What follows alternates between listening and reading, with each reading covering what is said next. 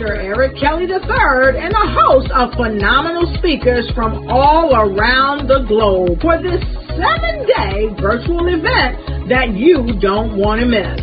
The mission of the Black Business Expo is to raise scholarship money from kids all the way from high school all the way from college. The Black Business Olympics is one of the largest Black business showcases in the world. It is an opportunity for businesses and companies to showcase their businesses globally. We are going to be giving away laptops up to $5,000 away to students.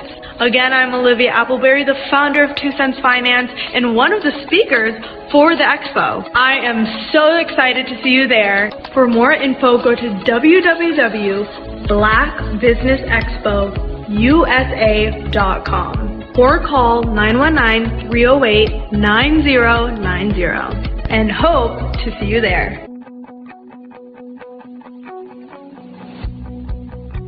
I am Black Business. From the moment I wake until the time I sleep. Yes, I am Black Business. I am Black Business. Tell me, are you Black Business? I am Black Business. Do you support Black businesses? Listen, I support Black business because I am Black Business. Black Business Expo, one of the largest business showcases in the history of Black business in the world. The world! Sign up today at www.blackbusinessexpousa.com or call 919-308-9090. I am Black Business. I am Black Business. From the moment I wake until the time I sleep, I am Black Business. I am Black Business. Are you Black Business? I am Black Business. Do you support Black businesses? I support Black business because I am Black Business. Black Business Expo, one of the largest business showcases in the history of Black America in North Carolina. Join Dr. Eric Kelly III and a host of phenomenal speakers from all around the globe for this 7-day virtual event that you don't want to miss. The mission of the Black Business Expo is to raise scholarship money from kids all the way from high school all the way from college. The Black Business Olympics is one of the largest Black business showcases in the world. It is an opportunity for businesses and companies to showcase their businesses globally. We are going to be giving away laptops up to $5,000 away to students. Again, I'm Olivia Appleberry, the founder of 2 Cents Finance and one of the speakers for the expo. I am so excited to see you there. For more info, go to www.blackbusinessexpousa.com or call 919-308-9090 and hope to see you there.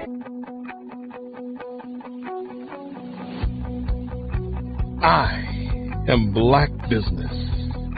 From the moment I wake until the time I sleep. Yes, I am Black Business.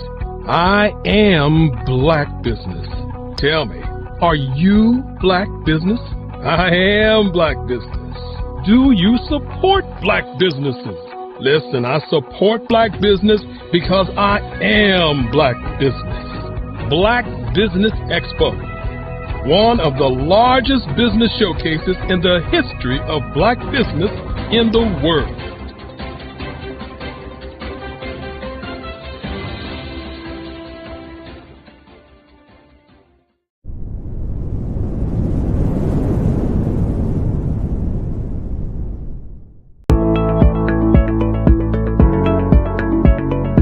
Prepare for what's coming and dominate in economic winter.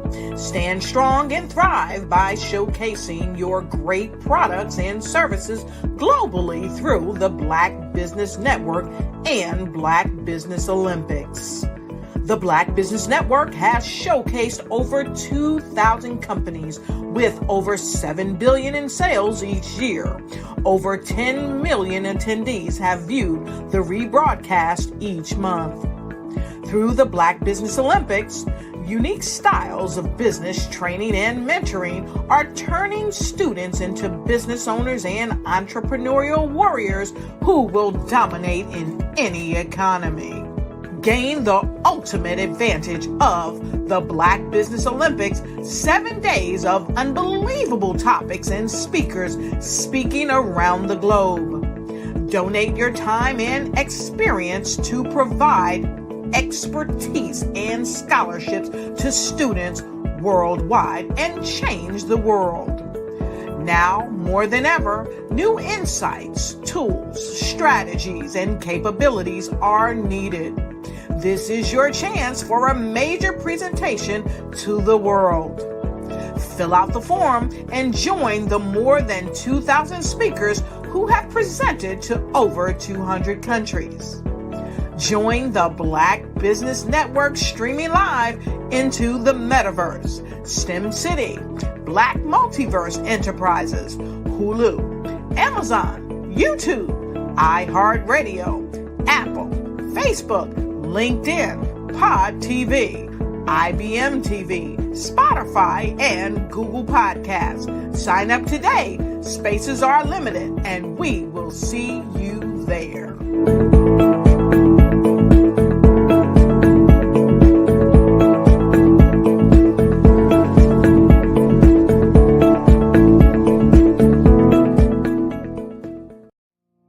Did you know that approximately 333.34 million businesses exist today, according to a report from 2021? And you may be one of those businesses, or maybe you're not in the business market yet, but you're aspiring to be a business owner.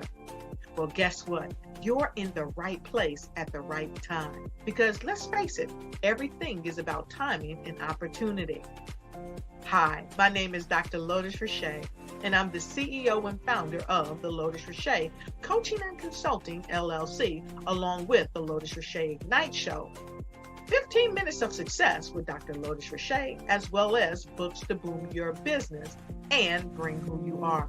And today, I want to bring this amazing message to you about the Black Business Network and the Black Business Olympics.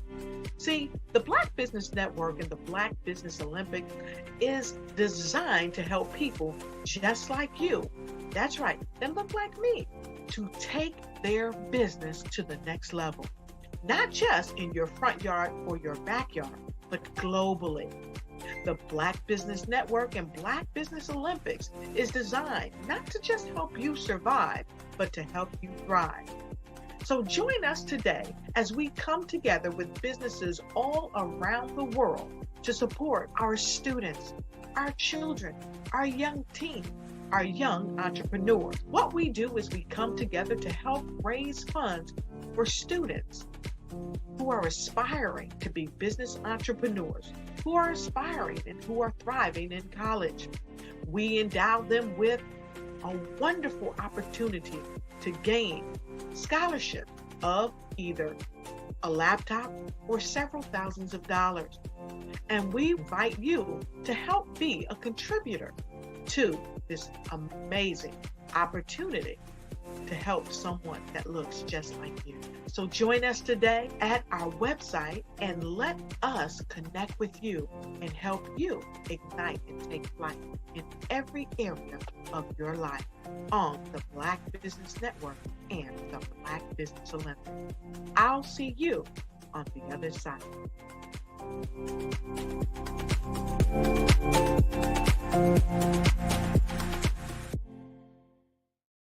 Absolutely. So our coaching program help people that have the lack of time, that lack strategies, and lack the confidence to go after their dream life. So we help them implement tools. We help them implement, I love the lead inherited lack of finances or the education behind finances. But it wasn't until I lost my firstborn, my only son, that life changed for me. And where I was going after it all, living the corporate life, hit my 6-figure income and living in my dream house with my dream man, driving my dream car. Wow. I nearly lost it all when I lost my son. And so I realized it only takes one financial catastrophe that can change your entire life. That's what made me start All New Beginnings. Because no matter what's going on in life, there's a new beginning. And because of that, we develop a program called Wise Minded. My little slogan is, don't just dream it, let's live it. If they want to connect with you or work with you, what is the best ways for them to be able to do that? Well, for my social media guru, you can connect with me on every single social media platform as Tanya T. Rose.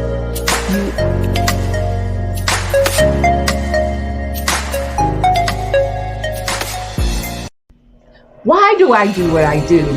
You know, my life coach asked me that a few years ago. And she said, Tony, what's your why? And I told her, and she said, girl, you've already accomplished that. Perhaps you need a new why. Hi, Tony Harris, Amy Hoydu with Say It Said Marketing, one of your students.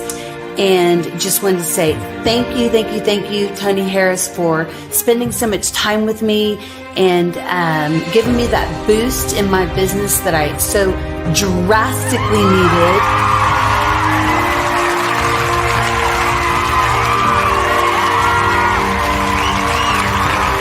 My why is to touch, move, and inspire my clients to take drastic steps to be better than they were before they met me. I'm a resource.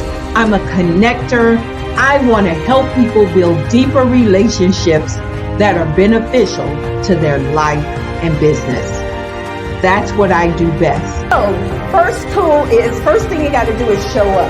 And speaking is a way to magnetically attract your ideal client to you. How many of you use social media that way?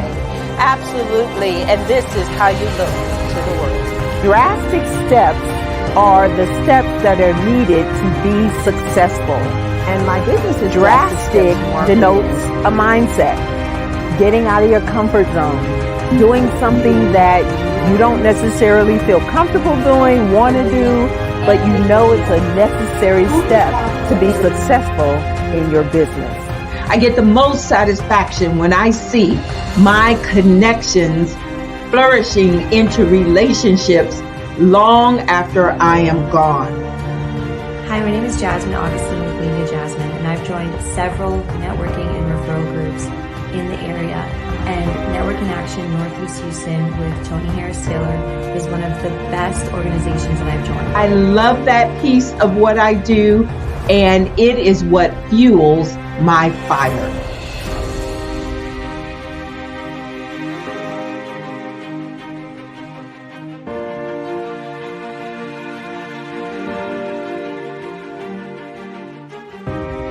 My name is Tony Harris Taylor, saying take a drastic step today for a fantastic tomorrow.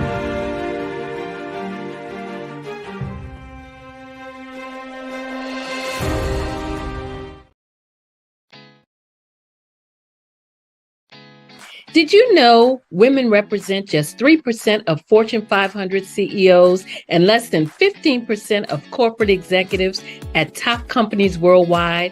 Have you wondered what the secrets are to getting into the top ranks, whether in the private or public sector? Do you want to figure out how to stop being held back in your career or passed over for promotion? Then you're in the right place. Hi, I'm Dr. Madeline Ann Lewis, President and CEO of the Executive Women's Success Institute. I have decades of experience in the military, the federal government, and corporate America, and my mission is to help women succeed and tap into their full potential. I want to reach 1 million plus women around the world to become the leaders they are meant to be. So if you want to move into a management or executive level position, or maybe you are a female veteran transitioning out of the military into business entrepreneurship, then reach out to the Executive Women's Success Institute at 301-693-3284. Let us get you on the fast track to success. Hi, I'm Barbara Smith. Genius is common. My genius is executive coaching and professional corporate training. As the master executive coach and corporate training ambassador for the Genius is Common movement, I help business owners craft their stories in such a way that you know exactly what they do, what they have, and what they bring to the table. Many times as business owners, we are asked, so what do you do for a living? And we could be crushing in our businesses, but we're not quite sure exactly what to say in a short amount of time. Well, I help you take those stories that are the reason why you're in business and why you're so passionate about your business and craft them in such a way that people are drawn to you as opposed to being repelled by you. Because every conversation, every time you talk to someone about your business, you are excited about it. But are you really conveying what you do, what you have, and what you bring to the table? And do really people understand why you care so much and why they should care that you have the solution to their problem? Well, I'm here to help you with that. As a master storyteller, I can help you with your stories and spin them in such a way that they are intriguing and fascinating. People want to listen to you talk about your business. That's why at the Genius is Common movement, I am the master executive coach and professional training ambassador. That's my genius. And genius? Oh yeah, it's common. I was born in a little village on the island of Haiti. Many deadly diseases pounded me. It is as if they were on a mission to end my existence on this earth. I refused to give up.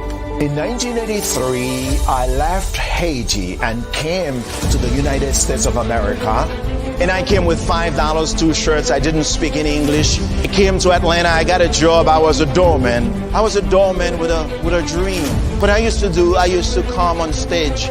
I'd rehearse this moment that I'm standing in front of you. That's the power of a dream. Maybe today is the day you begin acting as if you already have it. And then step out with full force. Take a risk. No condition is permanent. Don't let your situation distract you. You are chosen. You are called. You are born for a purpose in this life.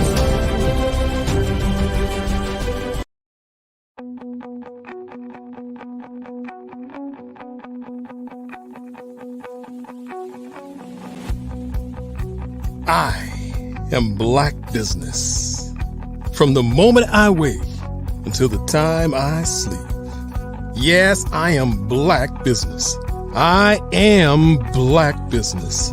Tell me, are you Black Business? I am Black Business. Do you support Black businesses? Listen, I support Black business because I am Black Business.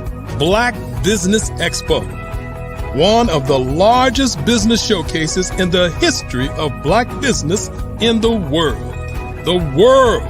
Sign up today at www.blackbusinessexpousa.com or call 919-308-9090. I am Black Business.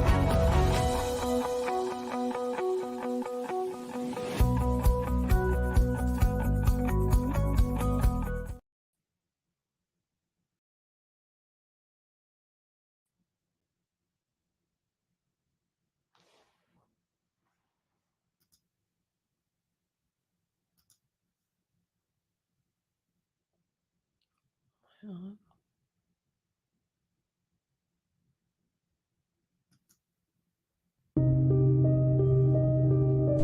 Black Business Expo is changing my life. This year, they are giving away laptops and even $5,000 in cash to students just like me. I'm Alexis, and I want to go to college to fulfill my dream of becoming an entrepreneur. Help the Black Business Expo going to www.blackbusinessexpousa.com and also becoming a vendor, a sponsor, or donating.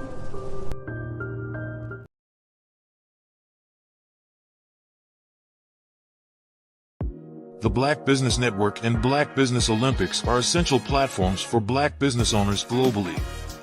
They provide the tools and support you need to succeed in today's competitive marketplace. Join us today as we collaborate together with businesses from around the world to support our children, students, and young future entrepreneurs, Black businesses and corporations. We raise funds for students going to college and young entrepreneurs who are aspiring to be business owners, and we invite you to be a contributor today. Visit the website www.blackbusinessexpousa.com to connect with and learn more about how the Black Business Network and Black Business Olympics can help you not only share your amazing business story to businesses, but also serve future generations. Hello, my name is David Jones, CEO and co-founder of the Hello LLC, where we help businesses build a culture, brand and experience, and leverage technology to pivot into Web3. Join the Black Business Network streaming live into Roku, Metaverse, STEM City, Black Multiverse Enterprises, Hulu, YouTube, iHeartRadio, Apple, Facebook, LinkedIn, Spotify, Twitch, and Google Podcasts. Tune in, turn on, and let's thrive.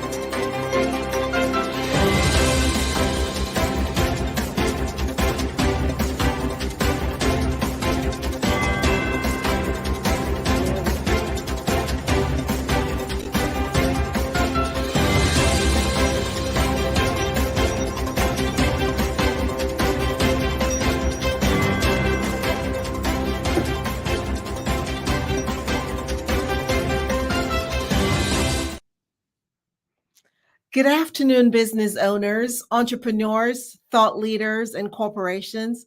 Welcome to the Black Business Network. My name is Angela Baptiste, coach, trainer, and speaker with Inspire. I'm your business moderator for this afternoon on the Black Business Network. The Black Business Network is a 24-hour business network showcasing Black businesses, business owners, entrepreneurs, and thought leaders worldwide. We have speakers from North Carolina, London, Singapore, Africa, Japan, and cities all over the United States. The Black Business Network is a global community that shares its business knowledge to empower, inspire, and educate businesses about business. So today we'll be talking with our keynote speaker, Trudy B. Parson. Trudy is founder and CEO of Fortify, the business launch firm, the only known comprehensive business support firm in the state of North Carolina. Coach Trudy's personal journey from a small town, growing up with very limited resources, a college dropout. She got married young and losing her 2.5-year-old son following his open heart surgery after just giving birth 2 weeks prior to her daughter, to becoming a wife of almost 24 years. And now, and earning her master's degree, a graduate, editorial student, marketplace minister, as well as an entrepreneur and educator and owner of several businesses, an empowerment speaker, it's nothing short of a miracle. So I would love to introduce you to Trudy. Let's welcome Trudy. Hello, hello, hello. Hi, Trudy. It's a pleasure to have you.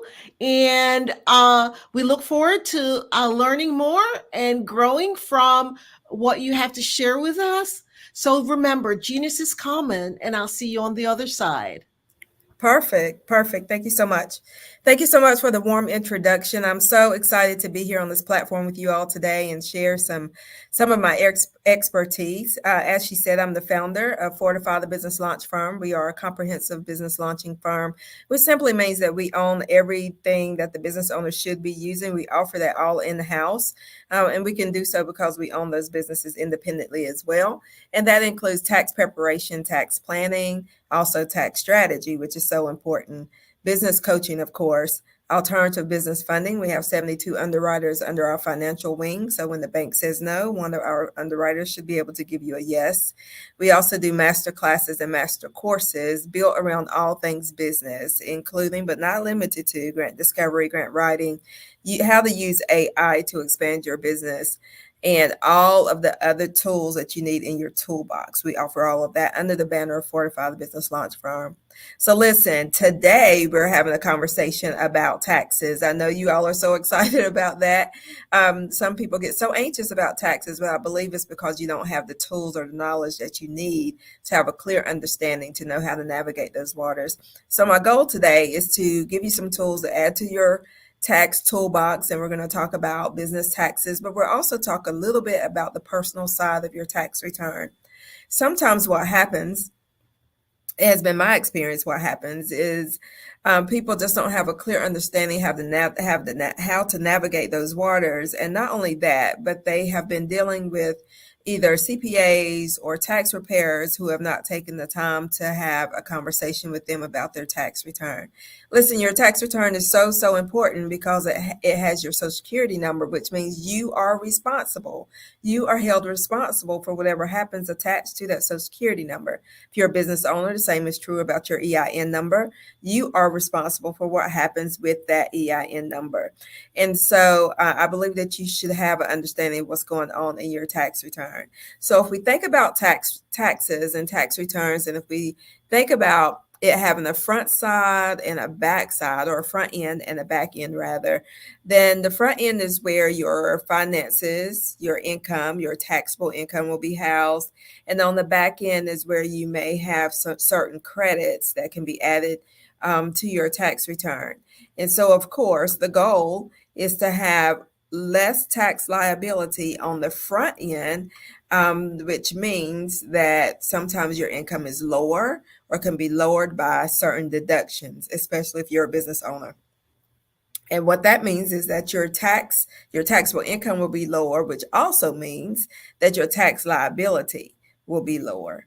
Okay, so we're going to talk through it just for a little bit, and I want to give you some several nuggets in regards to your taxes. And we'll talk business taxes, and we'll talk some personal taxes, because for a lot of people, it's all housed in one tax return if you're filing a Schedule C form.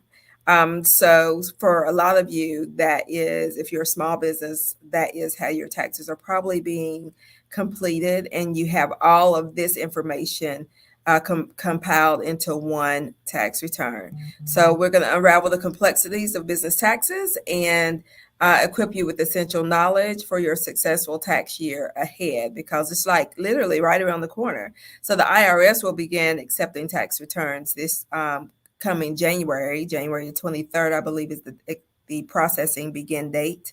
And we do know that sometimes they will push that date out a little bit, but for now, it's January the 23rd. Understanding business taxes goes beyond compliance. It's integral to a company's financial health and growth. Effective tax management can optimize profits and ensure legal adherence. And the most important thing I want you to remember about business taxes is a lot of times it is what will break a business. Not filing correctly can really in your business. So this is so important. Some people avoid this topic because they're afraid of it. And most of the fear comes from just not having an understanding. And so I hope to eliminate some of that fear and that you will be proactive about your taxes moving forward. So we'll start by laying the foundation with the fundamentals of business taxes. We want to explore the recent updates for 2023 tax year, which is the year that you'll be filing in 2024, right? Some people get confused about that verbiage. So the 2023 tax filing year is filed in year 2024, and 2024 will be filed in 2025 and so forth. All right. So first, let's talk about what the definition of business taxes even is. It has a spectrum of levies imposed on the company's income, profits, and activities. These taxes include income tax, employment tax, and other industry-specific levies. So different business structures such as sole proprietorships, partnerships, corporations, and LLCs have distinct tax implications. So they're taxed differently. So your business entity may not be the same tax structure that you decide to have. For instance, you might decide that you want an LLC for a business structure, but you can have a S Corp as your tax structure. Why would you want to do that? So you would want to do that depending on your business, depending on the income of the business. You would want to do that to change the way that your business is actually taxed. And for instance, pass-through entities like partnerships pass income to owners, while C corporations face double taxation. And absolutely nobody wants to have double taxation if that is not working for your business, right? And I think most of us would say, double taxation, I'm going to pass on that. So you need to know what it is you need to do in the tax structure you need to choose or entity, even if it's not the same as your business entity. Again, for example only, you can have an LLC business entity, but have a S Corp tax structure, which means that you will be taxed as a S Corp, even though your business is a LLC. All right. So tax obligations and deadlines. Compliance with tax obligations is critical. Sole proprietors usually pay taxes quarterly, while corporations have different filing deadlines. Missing these deadlines can result in penalties, and nobody wants the penalties, right? So we really don't even want the taxes. So we definitely don't want anything extra piled on top of that called penalties. Understanding deductions, credits, and exemptions is key. Deductions reduce taxable income, while credits directly lower the tax bill. Let me say that again. Remember, we talked about the tax return having a front side and a back side, or a front end and a back end.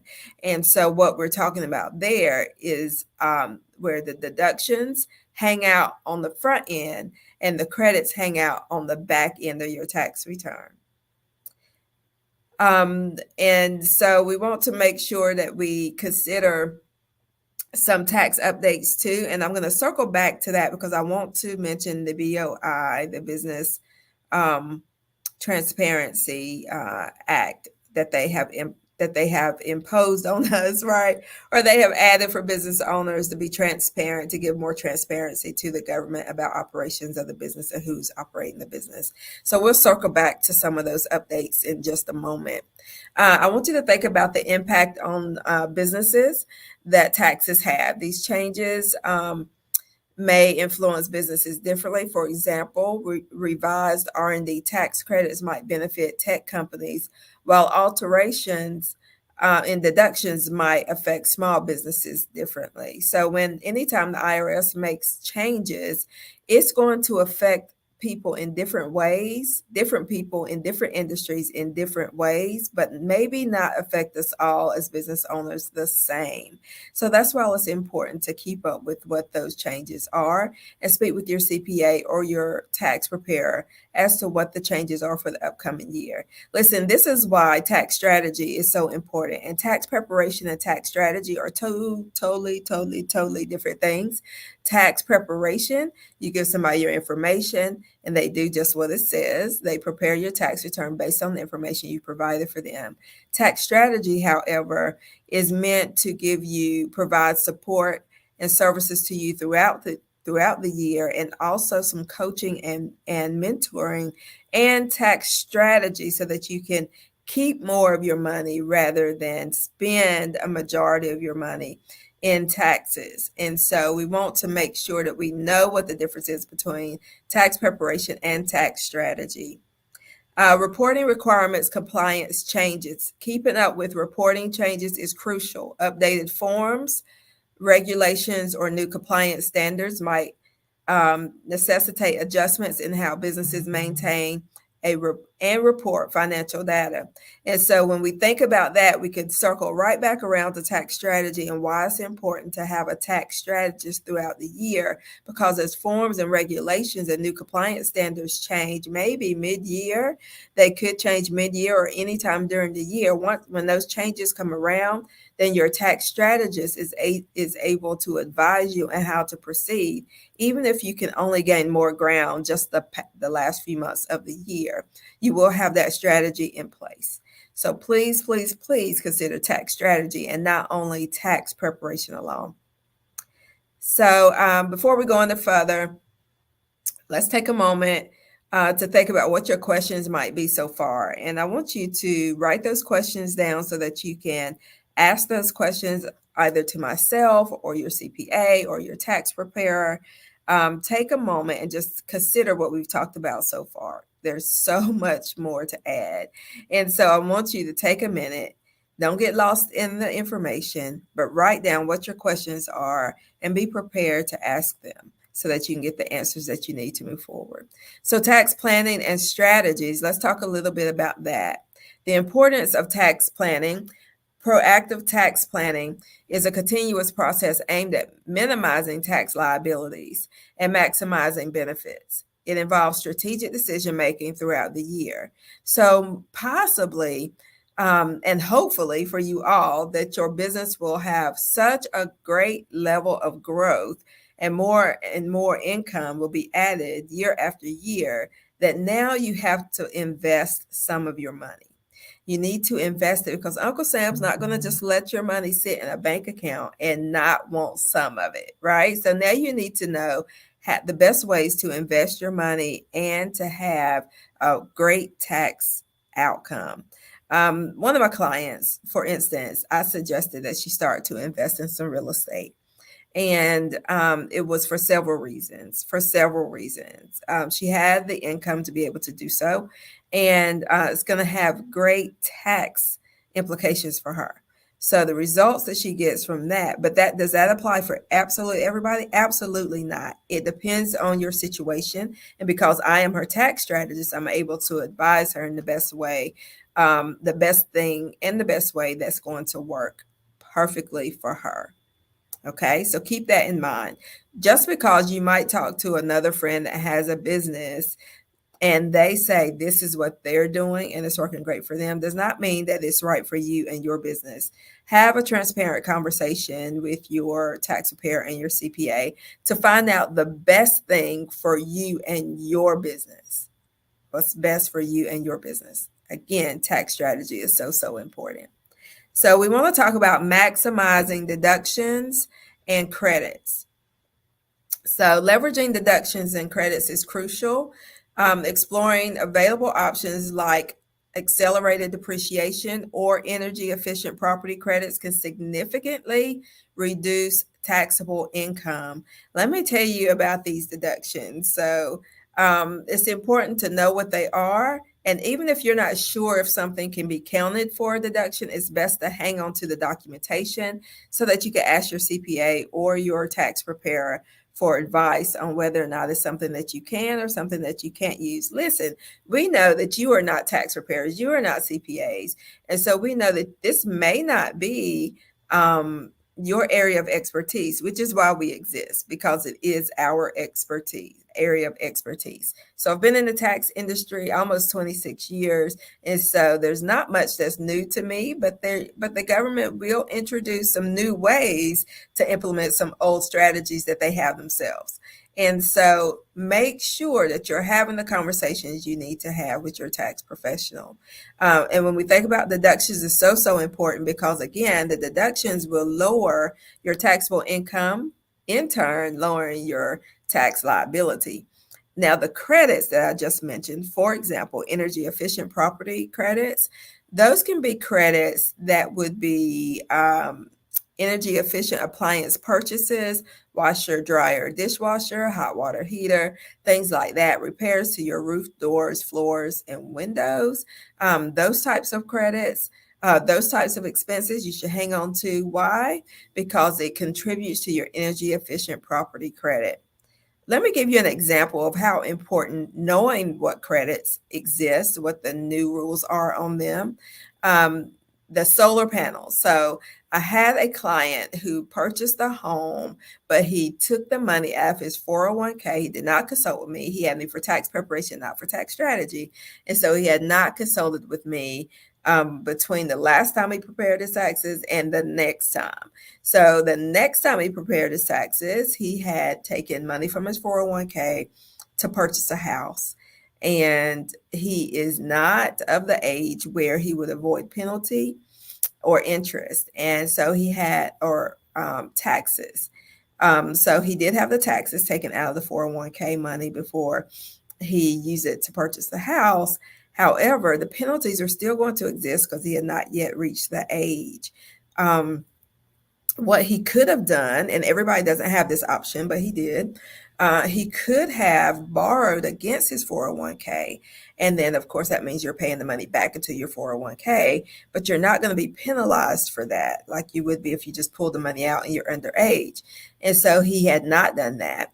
The next thing is, because I knew what the tax law was regarding solar panels, because I knew that, I was able to implement that for him because he did buy a new home and he had solar panels put on them. And so there was a huge credit for that actually covered the penalties for the amount of money that he had pulled out of his 401k. So when I say it's so important to know, or for your tax professional to know what they're doing, is so important. Also, even if you don't engage in year-round tax strategy, when you're making major moves like that, you should reach out to your tax professional, because some of them will, some of them won't, but some of them will advise you as to how to move around in that. I would have advised him to borrow the money from the 401k if he just had to have that. And I would have encouraged the solar panels if he had mentioned it at that time as well. So that's just an example about deductions and credits. It's so important. And we're talking about these on the personal side, and your business also has them. And we'll get into those. I have an itemized list I want to share with you in just a moment. And so minimizing tax liability, when we think about that, ethical tax reduction, again, let's say ethical tax reduction. Right. We want to do things decent and in order. We want to do it the right way so that we don't have to look at it later and fight that. Right. We want to make sure that what we're doing is ethical. From proper expense categorization to utilizing retirement plans or health savings accounts, various legitimate methods can lower tax burdens. Again, you have to have a tax professional who knows how to navigate those waters to be able to best advise you on how to move forward and how you're going to have the best tax situation whenever you file. Record keeping and documentation. Listen, I could say this and put this comment on rotation for about 20 minutes straight because it's that important. So record keeping and documentation, it just means maintaining thorough records and proper documentation is fundamental. I know most of us business owners really just love doing the business that we're in. We love doing the work, providing the service, producing the product. We love all of those things. But when it comes to taxes, we want to put it off to the side because it is not what we love to do. And honestly, for most of us, it's not even what we're expert in. Now, I just happen to be. But for most people, that is not their story. And so record keeping and keeping proper documentation can be difficult. It can be frustrating. It can be hard to get used to doing. But I say to do it in a way, when you first start keeping your records, do it in a way that's easier for you. For instance, if you have trouble keeping your gas receipts or any receipts from stores, and you get in your car, and what do you normally do with the receipts once you get them? If you keep them in your purse, for women, if you keep them in your purse and you go home, and wherever you may unload your purse, have something sitting there to put those receipts in. If it's in your car and you want to put the receipt somewhere right away, you can have a tissue box or some kind of bag or something in your car. That's where all the receipts go. Start off in a way that is going to be simple for you, so that you will be consistent, in keeping up with those records and documentation. Good record keeping ensures businesses have the necessary evidence to support deductions and credits claim. Because listen, of course, our goal, we're trying to lower our taxable income, which lowers tax liability. And so you need to have a way to prove that that should happen using the deductions that you take or the credits that you claim. All right, so I want to recap a few of the things that we've talked about so far. We've talked about record keeping and documentation, what that should look like. But some of you are probably asking, well, what should I even keep? And we're going to talk about that in just a second. We talked about minimizing tax liability, but doing so ethically. We've also talked about leveraging the deductions and credits. That is so crucial. We've talked about the importance of tax planning and tax strategy. You've also been asked to write down any questions you might have, and I'm going to ask you to do that for the last half of the information that we just covered. If you had any other questions, write those down, because you want to be able to go back to them and get the answers that you need. We talked about reporting requirements and compliance changes, why that's so important to keep track of. Even if you don't do it yourself, you could do so through your tax professional. Impact on businesses, what your taxes are, the impacts, the credits, the deductions, all of those changes, how that's going to impact your business. Then we talked about understanding deductions, credits, and exemptions, how key that is, because that's a huge part of your business tax return. We talked about tax obligations and deadlines and being compliant. We talked about your business entities and implications. We talked about understanding just the basics of business taxes and how important it is to have a tax professional who is willing to have the conversation with you and answer all of the questions you might have. You might have a list of 100 questions. Again, you're not the expert in this area, so having the questions is absolutely okay. You shouldn't feel bad for having those questions. It's actually part of the service you should be receiving from your tax professional. So the next thing I want to go into is the actual business tax deductions that you should be tracking your information for. You should be tracking your information for vehicle expenses, including mileage. There's probably several great mileage tracking tools out there now. One is MileIQ. There's a few others. There may be some free ones out there. Most of them will have you swipe left if you're making a personal trip at the end of your ride, or right if it's for business. And then you can print out a mileage log at the end of the year. So you should be tracking your vehicle mileage. Also, when we're talking about vehicle expenses, remember we're talking business here, business related expenses. We're also talking about your vehicle interest. How much interest did you pay on your vehicle for that year? The next thing we're going to talk about for business expenses are advertising expenses, your business cards, your flyers, your t-shirts, your magnets. All of those types of things fall under advertising. Commissions and fees. Are you paying out any commissions and any fees to any organizations? Contract labor. Now, this is very important for you to remember. When it comes to contract labor, you need to be able to track how much you've paid someone to help you conduct your business. And if you paid them, any one person, $600 or more. So let me break that down. If you have say you have 5 people that you use for contract services to help you in your business, and you paid one of them $600, another one 400, another one 600, another one 200, another one 300 maybe. Those that you did not pay 600 or more, you don't have to issue a 1099 for. But any contract labor person that you have to help you in your business, you need to give them a 1099, $600 or more. You're required to issue a 1099 form for those contractors. So important. Because sometimes what happens is people will put contract labor expenses but not issue a 1099 to those people that they pay $600 or more. Now, of course, the people you didn't pay that much, you don't have to issue a 1099 to them, but as part of your proof, it would be the 1099. And if you were to get audited, they could disqualify that expense based on the fact that you did not issue a 1099 to those persons that you paid $600 or more to. All right.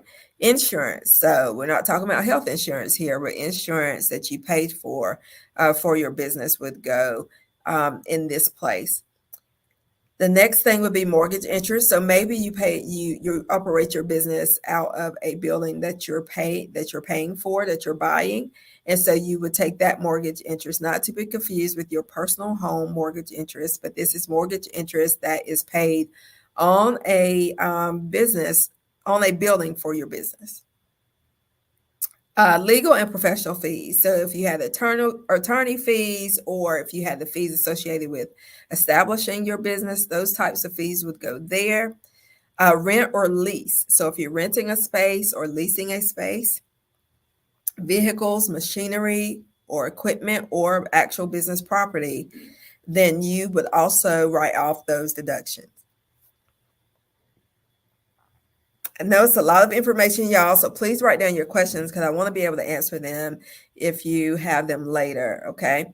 Repairs and maintenance, that's another expense that you may have, and that could be on equipment that you're using for your business. If you're using your vehicle for your business, it could be used there, but you want to account for all your repairs and maintenance. And all of these I'm listing. Remember, you need to have your documentation for them, not just a business. Some people say, can I just use my bank statement? I have one business card or whatever that I use for my business, and I could just get the statements and do all of that and then just mark through them what they are. If you were to get audited, it's up to the auditor to determine whether they want receipts and statements, or if they're even going to bother with your statements. They may just ask for actual receipts. So I encourage everyone to keep your receipts. Keep your receipts, even if you have bank statements. All right. So the next thing on the list would be supplies. So office supplies and regular supplies are two different things. Office supplies or office expenses is probably how it's listed on your Schedule C. Office expenses could be a desk, it can be a chair, it can be like staples, paper, those types of things.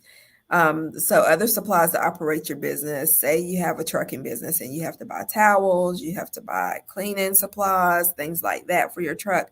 So those are the types of things that will be listed there. Again, office expenses and supplies are two different expenses, and you should break them up accordingly. Taxes and licenses. So if you're having to pay for a business license, that is where that would go. If you're in the transportation business, then you would pay for your driver's license if it's renewed and things like that there.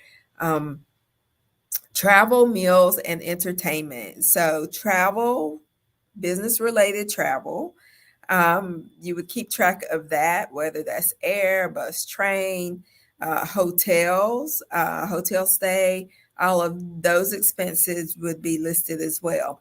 Meals and entertainment. So you want to keep track of what you're paying for food, for business-related food, and entertainment that you may be experiencing out, or maybe you had something, maybe you had an event that was catered, but it was for business, then we would list that under other expenses.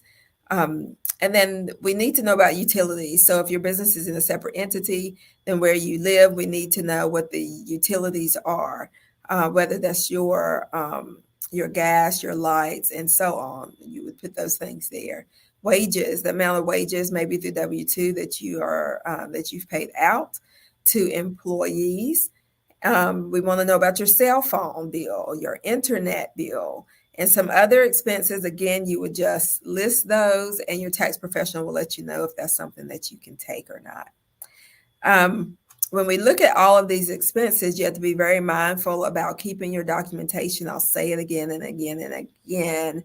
That could be bank statements. That could also be your receipts. I can tell you if the paper is slick on your receipt, which happens a lot of times with gas receipts, then you could keep it in a Ziploc bag. If not, the ink is going to fade. And by the time you go back to take another look, that ink is going to be gone.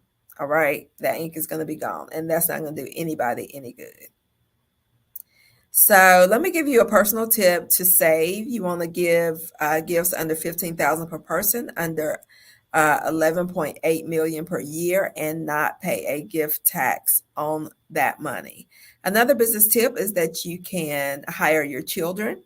And if you own a business, hiring your children to do legitimate work for you has always been a great tax strategy. Think about what your teenagers or any of your other kids now actually may be able to do in terms of creating your content, taking pictures, being in the pictures, for marketing and advertisement, and so on.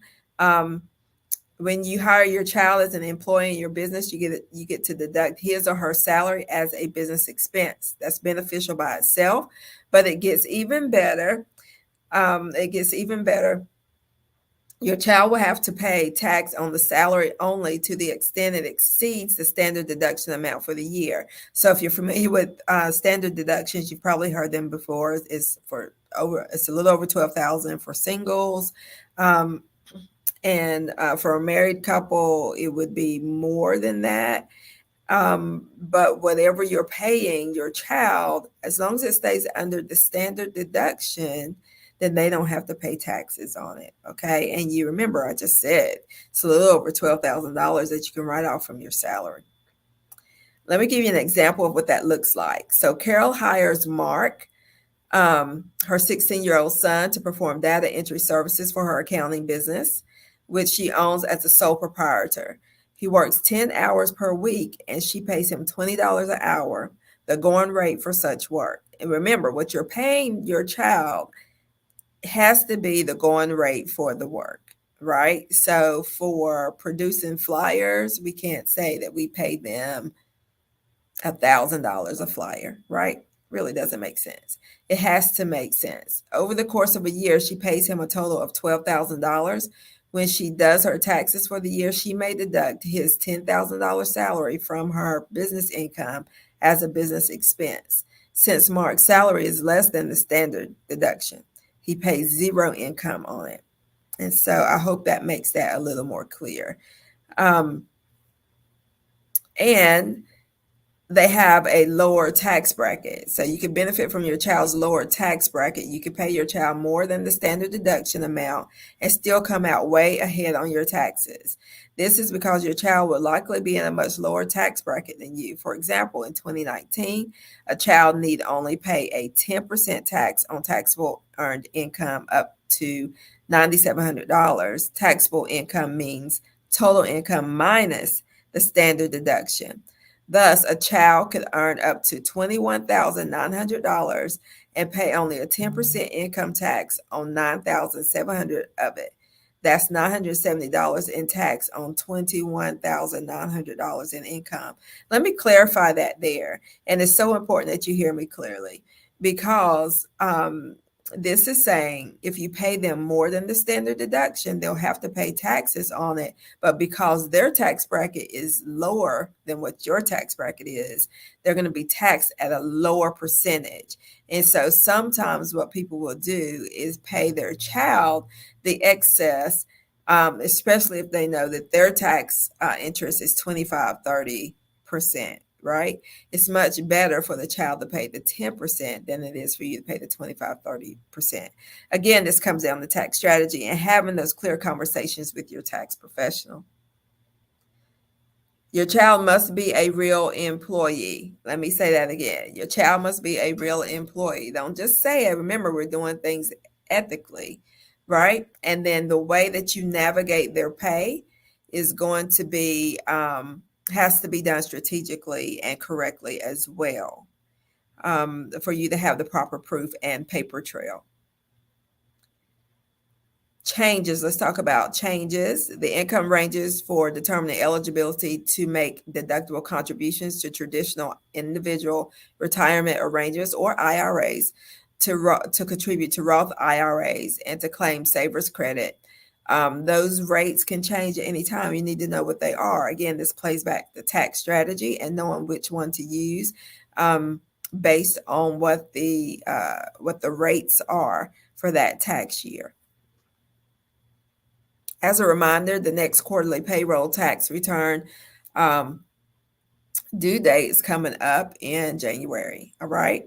So these are all of the things that's going to help you with your business, help you to expand it, and really help you reach your tax goals. And I hope I've been able to provide some amazing information for you that you'll be able to use going forward into 2024. Thank you so much, Trudy. You were dropping some really gold nuggets there. I was finding a lot of information as an entrepreneur. So thank you so much. Would you share your contact information for those individuals who would like to reach out to you? Absolutely. That information is trudybparson.com. You can find all my information there, and under services, you can see the tax services there. Again, that's Trudy, Trudi, B as in boy, Parson, my name as it is on the screen.com. Pretty simple. Awesome. Well, thank you so much, and you have a great rest of your day. You too. Thanks. Bye. Bye now.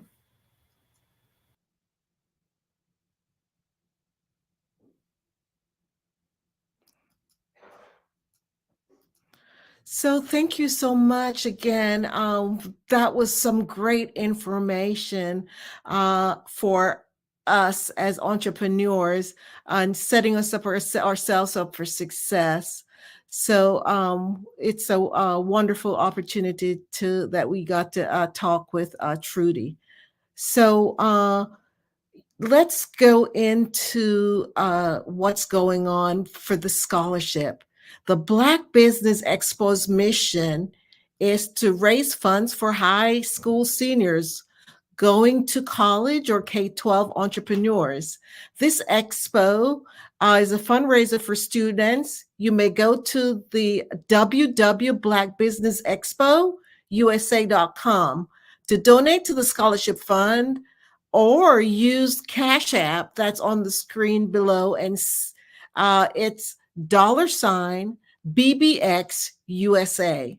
Our goal is to give laptops and up to $500 to 10 students. And you can register online at www.blackbusinessexpousa.com. Every dollar counts. So we want to remind you to donate to the scholarship fund. We would really want to thank our Black Business Expo USA sponsors for the month of December 2023. NC 100, Moody Capital Partners, Suede Soul, Lotus Ritchie Coaching and Training, Carolina, Virginia Minority Supplier Development Council, Step Management, Barbara H. Smith, LLC, the LO, LLC, 5-Star BDM Media, Margie McLean Foundation, Genius is Common, Earth Essentials, Mullane Shawnee Global, Executive Women's Success Institute, the Quality Coaching Company, Superwoman Business Services, Creative Force Studios, Lee Entertainment, Artistic App Design, Black Business Expo USA. Genius is Common, and I'll see you on the other side.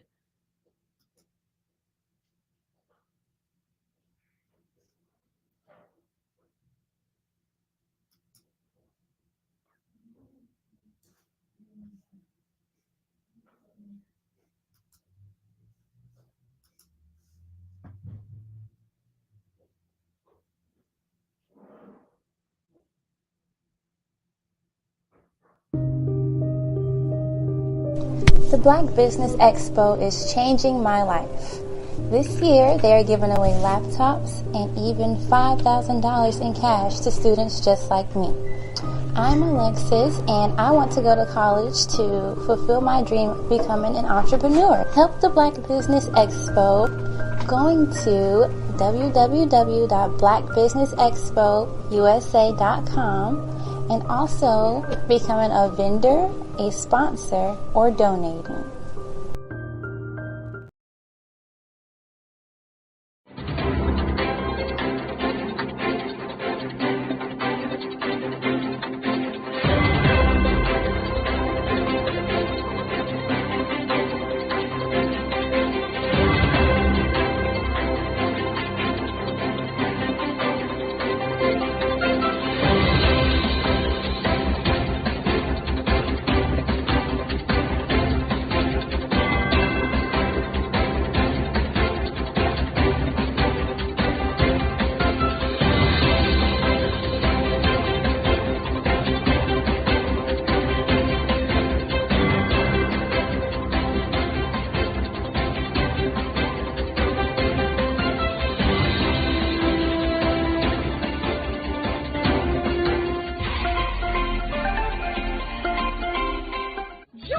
Dr. Eric Kelly III and a host of phenomenal speakers from all around the globe for this 7-day virtual event that you don't want to miss. The mission of the Black Business Expo is to raise scholarship money from kids all the way from high school, all the way from college. The Black Business Olympics is one of the largest Black business showcases in the world. It is an opportunity for businesses and companies to showcase their businesses globally. We are going to be giving away laptops up to $5,000 away to students.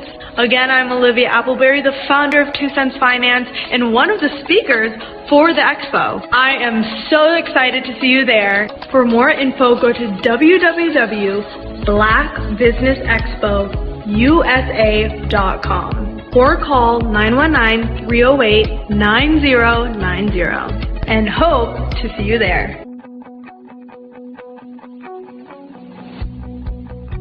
I am Black Business. From the moment I wake until the time I sleep. Yes, I am Black Business. I am Black Business. Tell me, are you Black Business? I am Black Business. Do you support Black businesses? Listen, I support Black business because I am Black Business. Black Business Expo, one of the largest business showcases in the history of Black business in the world. The world! Sign up today at www.blackbusinessexpousa.com or call 919-308-9090. I am Black Business. I am Black Business. From the moment I wake until the time I sleep, I am Black Business. I am Black Business. Are you Black Business? I am Black Business. Do you support Black businesses? I support Black business because I am Black Business. Black Business Expo, one of the largest business showcases in the history of Black America in North Carolina. Join Dr. Eric Kelly III and a host of phenomenal speakers from all around the globe for this 7-day virtual event that you don't want to miss. The mission of the Black Business Expo is to raise scholarship money from kids all the way from high school, all the way from college. The Black Business Olympics is one of the largest Black business showcases in the world. It is an opportunity for businesses and companies to showcase their businesses globally. We are going to be giving away laptops up to $5,000 away to students. Again, I'm Olivia Appleberry, the founder of 2 Cents Finance and one of the speakers for the expo. I am so excited to see you there. For more info, go to www.blackbusinessexpousa.com or call 919-308-9090 and hope to see you there. I am Black Business. From the moment I wake until the time I sleep. Yes, I am Black Business. I am Black Business. Tell me, are you Black Business? I am Black Business. Do you support Black businesses? Listen, I support Black business because I am Black Business. Black Business Expo, one of the largest business showcases in the history of Black business in the world.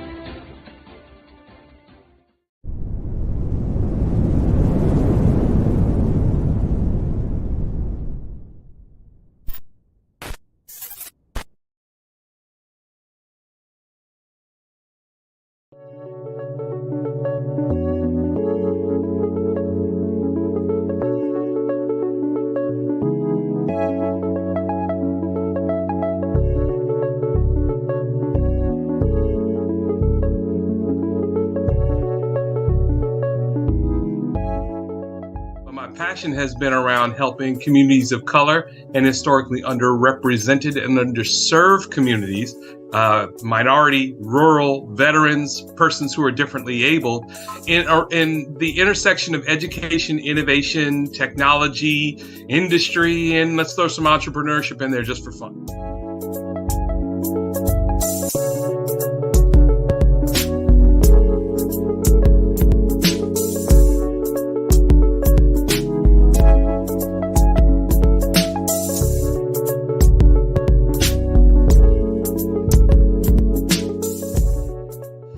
See more around innovation, incubators, accelerators. I love the idea of going from innovation to commercialization.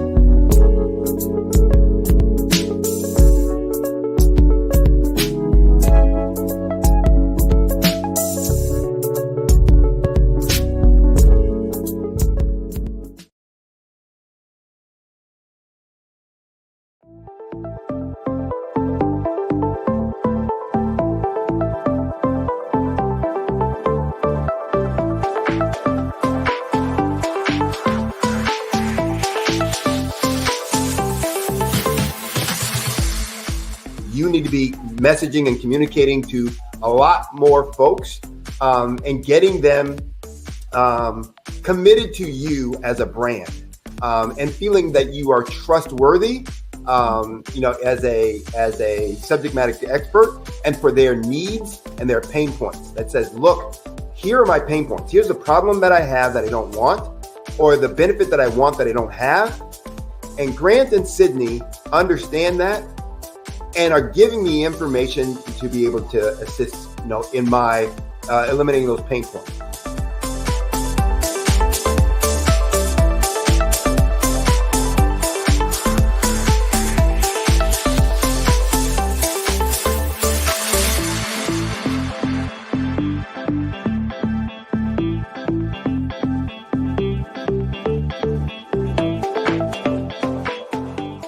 You're going to get a lot out of this workshop. We're going to show you ways that you can begin to look at this particular problem, that you can apply different formulas, techniques, and skills. They're going to get you to that next level. And then you'll understand the value that we're bringing.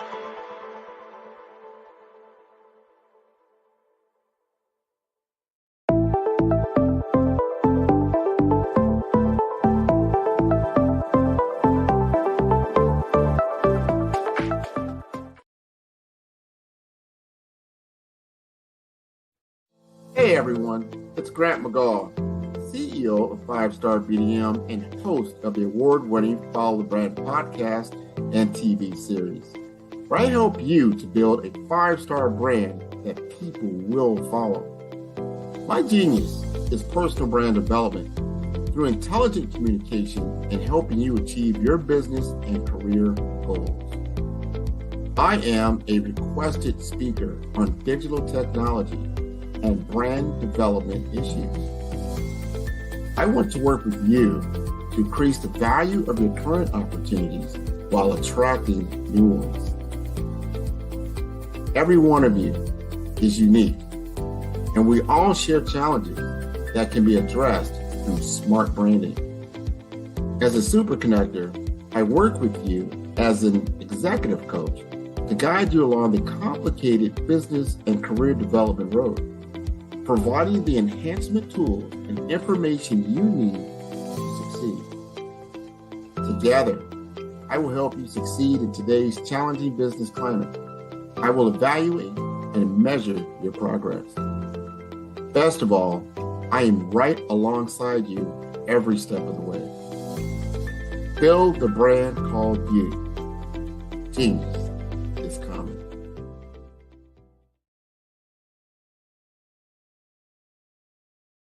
I am from Washington, D.C., but I was raised in Durham, North Carolina. I came to Durham when I was about 5 or 6, and then I traveled back and forth to D.C. because it's where my people are from. One of the unique things about my family is my mother, she's also an artist. She does quilting, and she does a lot of artistic things. And then my son, he draws with both hands, his right hand and his left hand like I do. So that's kind of a family trait. And then my other son, he's a videographer, and my daughter, she works, she's a regional vice president for Sunglasses. When you start out drawing and sketching, you want to continue to explore, each avenue. I do pastels, I do pen and ink, I do painting, I do acrylics. I haven't done oils yet, but I try to do all facets of art. What I say to a lot of times to people is, you can't put yourself in a box when you're an artist. You have to explore. And over the course of my life, I've tried to explore different mediums. I also do sculpture as well. I choose my subjects by the intensity that they have in their faces, or the intensity that somebody is moving, because I do more than portrait drawings. I also do I do abstract, and then I do figurative drawing also. Well, what happened in this particular show is that I started out trying to come up with something that would be a little bit different than what everybody else is doing. So I was working on a Barack Obama show, and they wanted me to do some paintings of Barack. And so what I did was, because of the deadlines, I kind of did it kind of fast. And then I realized when I was doing it fast, I enjoyed it. And so then I started doing other pieces the same way, and I started to enjoy those pieces also. And so I came up with this particular style, and it's a style of lines and colors. And what's interesting is that when I was in college, I did a show called Lines, Colors, and I talked about the boldness of the blacks, the hotness of the whites, and this is how this has come about, later on in my life. And the colors comes from a lot of the entertainers that I work with, where they wear different colors. They don't wear, your plain reds or your whites. They wear different colors, and so that's also another piece of what's giving me the colors. The subtitle of this show is Faces That Speak Life. That's real critical. Faces that speak life. Each one of these pieces is a life source and a life energy that's being put on display for people that are looking at them. I always say in terms of my art, it's not important that I draw them. It's important what you get out of what I draw. I don't try to just draw it because you like it. People wanted me to do prints. I didn't do prints.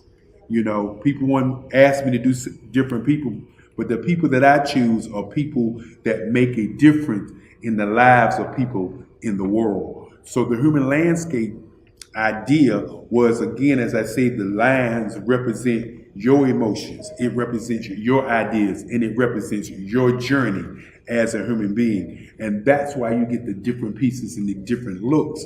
And as you notice, I try not to do one look that looks alike another look. And that's what's the most important part of this show.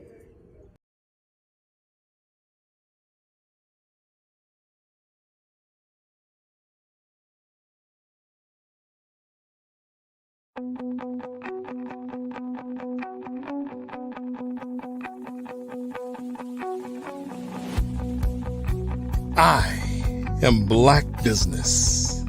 From the moment I wake until the time I sleep. Yes, I am Black Business. I am Black Business. Tell me, are you Black Business?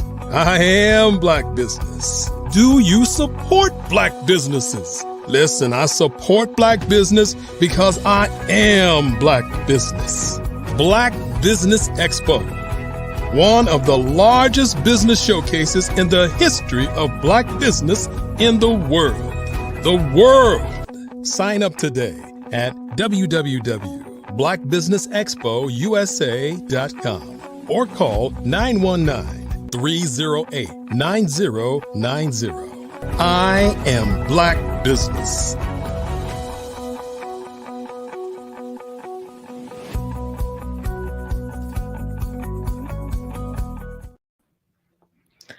Good afternoon, business owners, entrepreneurs, thought leaders, and corporations. My name is Angela Baptiste, and I'm your business moderator for this afternoon on the Black Business Network. The Black Business Network is a 24-hour business network showcasing Black businesses, business owners, entrepreneurs, and thought leaders worldwide. We have speakers from North Carolina, London, Singapore, Africa, Japan, and cities all over the United States. The Black Business Network is a global community sharing its business knowledge to empower, inspire, and educate businesses about business. Today, our next speaker is Damon House.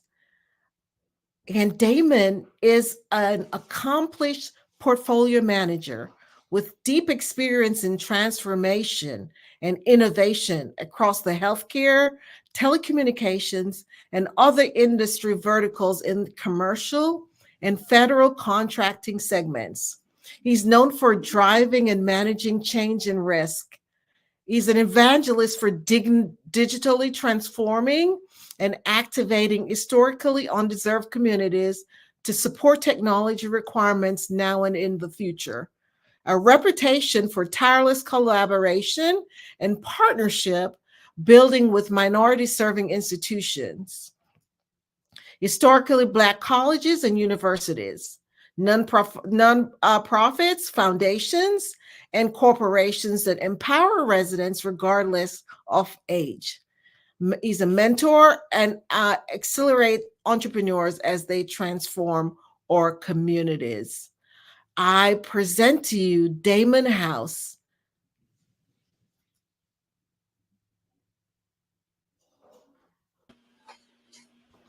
Hi, Damon. Welcome.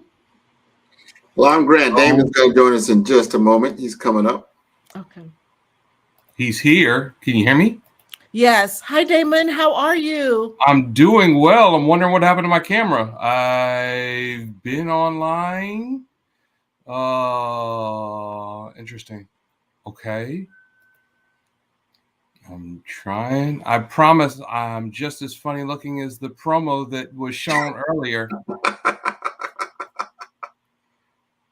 And it is. Well, you go ahead and we'll get started, Angela. We'll get him to get his camera fixed. I'll kind of set the tone, and then we'll bring Damon out when his camera is ready to go. Okay, awesome. Yeah. No, he So, is. I'll just let you guys go ahead. Just remember that genius is common and I'll see you on the other side. Absolutely. Absolutely. Absolutely.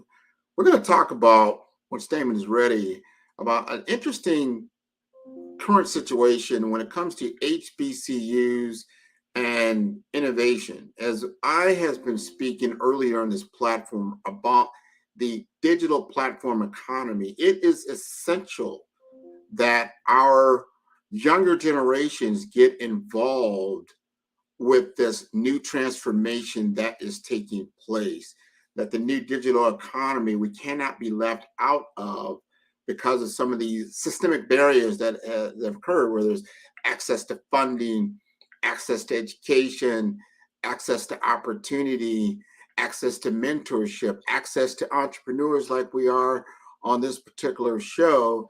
So important. So we need to lower the gap in that area. And one of the things that Damon has done, and he'll talk about that once he's ready, is that because of his experience and exposure within large corporations that live on what we call these digital platform economies like Microsoft, he has the exposure. He has been involved with innovation at a very high level, that he has the futuristic vision. When he engages with a client at his former employer, he's not talking about the current state or the now state. He's talking about the future state. And then look at that, just like right out of the future, he is here. Artificial intelligence at its finest. You got it straight. So Damon, I just was preferencing people, telling a little bit about your background. Help me fill in what your purpose is. What is your why? What are you doing within your work now that's so important? Well, thank you. And to everyone out there, I apologize for the technical difficulties, but it wouldn't be live TV if there weren't something. My name is Damon House, and part of my genius is to understand how to take ideas to impact.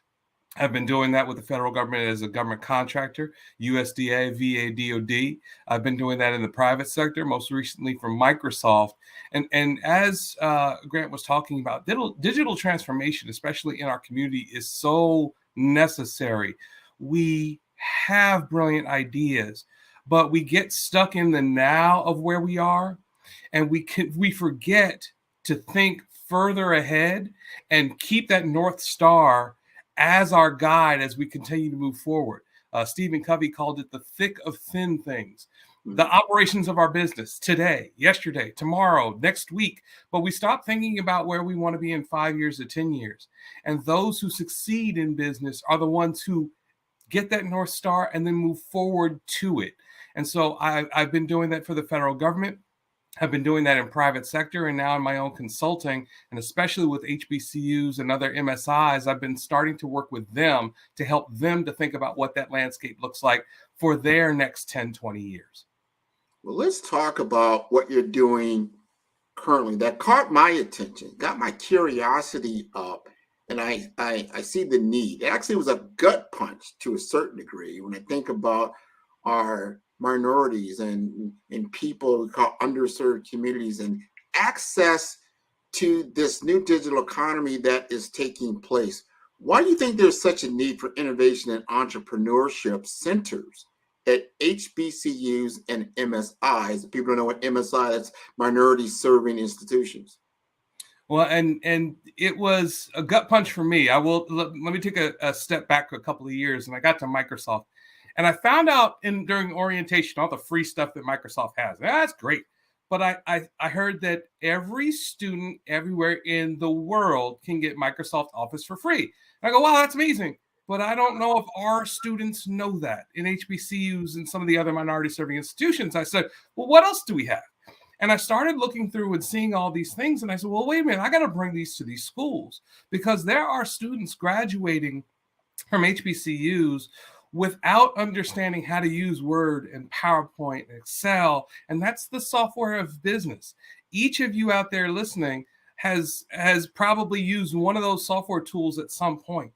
Well, when we take that to the next step and we talk about innovation, innovation is a term, we all know the word, but we don't always know the language of innovation. So that we don't understand how to take a new idea from idea to impact.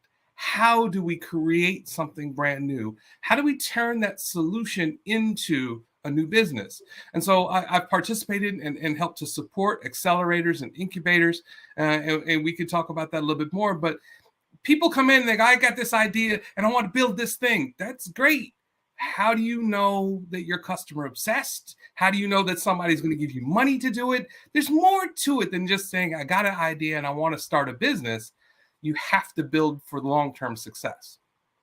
Well, let's talk about that. Now, in the HBCU world, as you got involved through industry and you started to see and a lot of people, especially a lot of people on the show, might have attended HBCU. I'm going to put something out there for FAM, because I love FAM, right?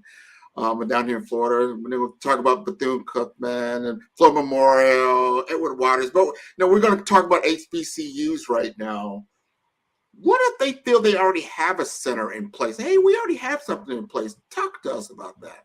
Well, and a lot of, and I'll say most HBCUs have innovation or entrepreneurship centers, some type of center that they claim.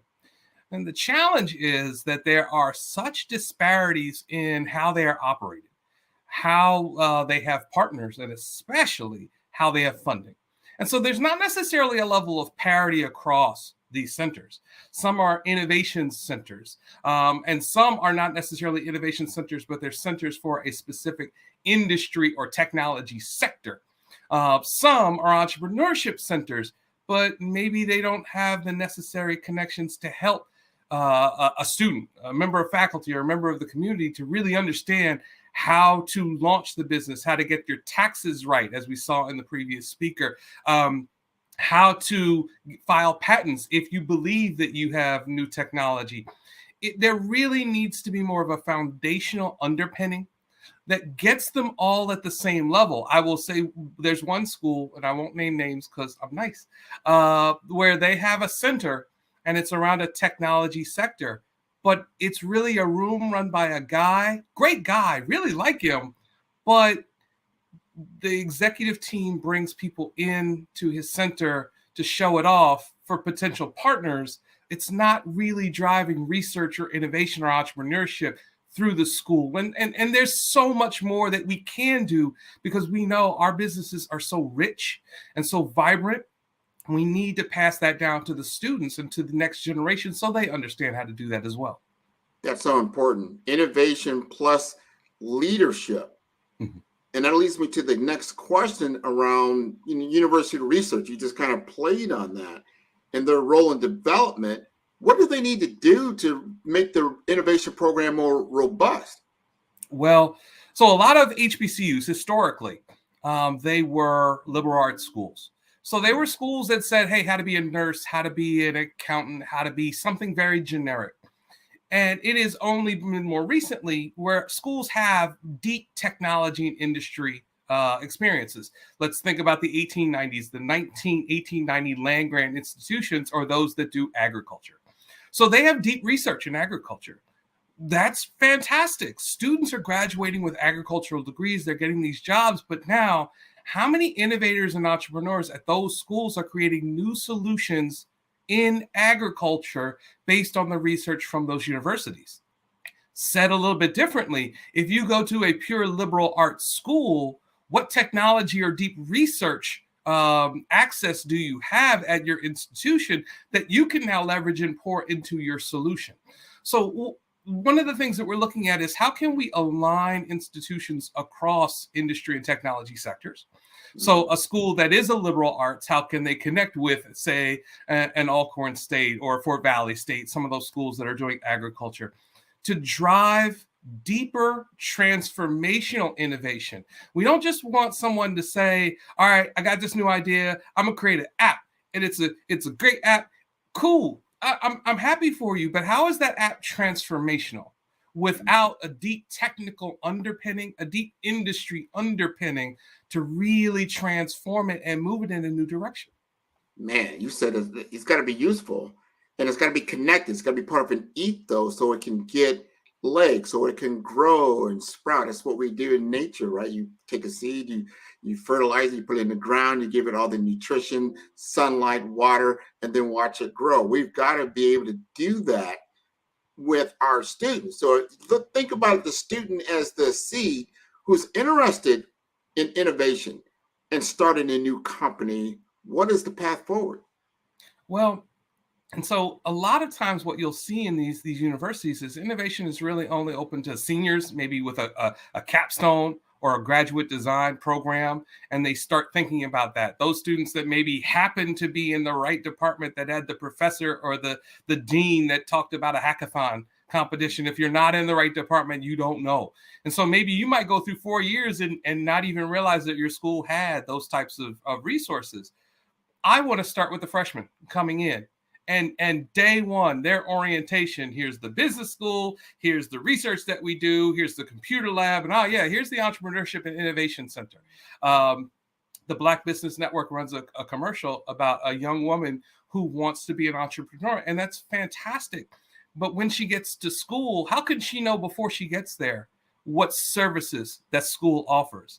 I would love, once we have a good and solid foundation, to start before they get into school, to go into high schools in their local areas. So if we're in, say, Xavier University of Louisiana, which is in New Orleans, how can they go to the local schools in New Orleans to say, we've got this Entrepreneurship Institute. We want to connect with you in the different wards of New Orleans to understand how to come in and get acclimated and introduced so that when you get to school, you can hit the ground running. That's so important. You've got to give them a framework and a process that can take their idea, because that's what we're all talking about, reimagining certain processes that we take for granted. And these are the ways that these digital platform companies have become so successful. I want to know, how do the students get access to IP? When I'm talking about IP, and which could be internet protocol, but it also could be intellectual property and capital. So important to get those kind of resources to launch their solution and go into market. So there are a number of resources out there. One of the partners that I have, and this is not going to come as a shock, I partnered with Microsoft, my old business, because they have free training programs. They have free, every student can get Microsoft Outlook for free, Office for free. And I'm not trying to be an ad, but they can also get Azure, which is the cloud environment, for free. They can get access to GitHub and start creating software solutions for free. That's a start. But also, I've been working with NASA, and I am now an evangelist with their innovation transfer program, making intellectual property that NASA has available to the students. For several years now, I have been a mentor and a judge in their annual and semi-annual innovation competitions, and we have had students win up to $25,000. We have hosted programs with the White House Fellows under the HBCU conference. So when you start looking at partners in industry and partners in technology, they have a lot of those resources. So I am beginning to aggregate those under the nonprofit that I've created. And with my team, we're making those available to students, to faculty, and to members of the community with these respective schools so that they can all become more acquainted with the idea of education, innovation, and acceleration of their ideas and solutions. That's called an alliance. I love you put together an alliance. So, and I'm all about this, especially in 2024. Let's not talk about it. We've got to walk it. It's got to be a living experience. So like, hey, I'm interested, me and you, we've talked to some of the counties for schools down in, just in the K through 12 arena. Now you've got programs for the HBCU or the a collegiate area, right? And then we get into the master's program. But then we've got, and I always love this, when I went to school, Bell and Howell came to me as a senior in high school. And I'm not sure what I was going to do. I didn't even know anything about Bell and Howell at the time. They were a tech company, but they came directly to our school, sat down and said, hey, as you start looking at what you want to do, take a look at a program that I have set up. This was the program that became DeVry Institute of Technology. When I went, it was called the Missouri Institute of Technology. It was in Kansas City, Missouri, but I learned how to build computers. But because industry was involved, there was an alliance between industry and education and the community that gave me a path forward that was affordable. I got involved. Everybody, I think 4 or 5 of my students got involved that I was in high school with, and we all got careers in technology, even to this day. Now, that was back in the 80s. I need this. I see what you're doing. And I want you to continue to do that. Are there any specific industries or technology sectors that you focus on?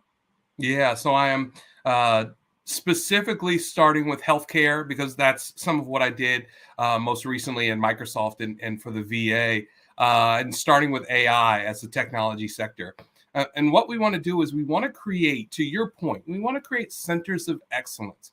Now, you'll see schools, and I reference, they're institutions, and they've got a center of excellence. That's great for them, for that one school and their center. And you go there, you benefit from it. But what happens if you go to a school that doesn't have a center? What happens if you have an interest?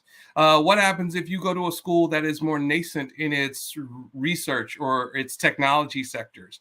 So what I'm creating are centers of excellence across schools, leveraging the industry sectors and the technology sectors. So, for example, a center of excellence around health equity allows us to begin to look at the healthcare as a full landscape, as an industry, but then starting to say, okay, how can we be fairer to minorities in the healthcare they receive and the technology that's made available to them?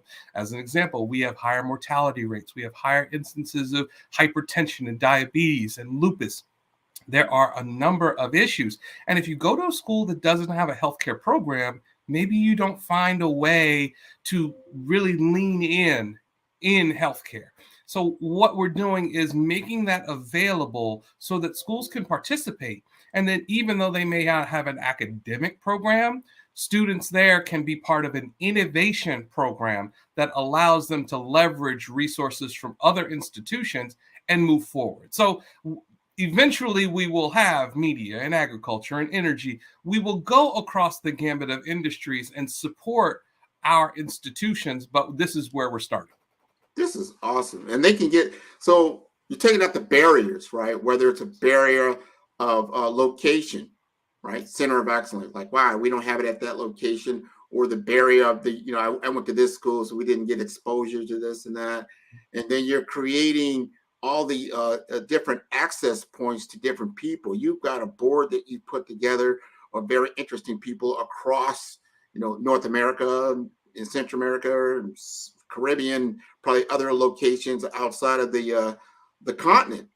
These are important things. I want to know, because we're on the minority, we're in the Black Business Network. We've got a lot of entrepreneurs listening in.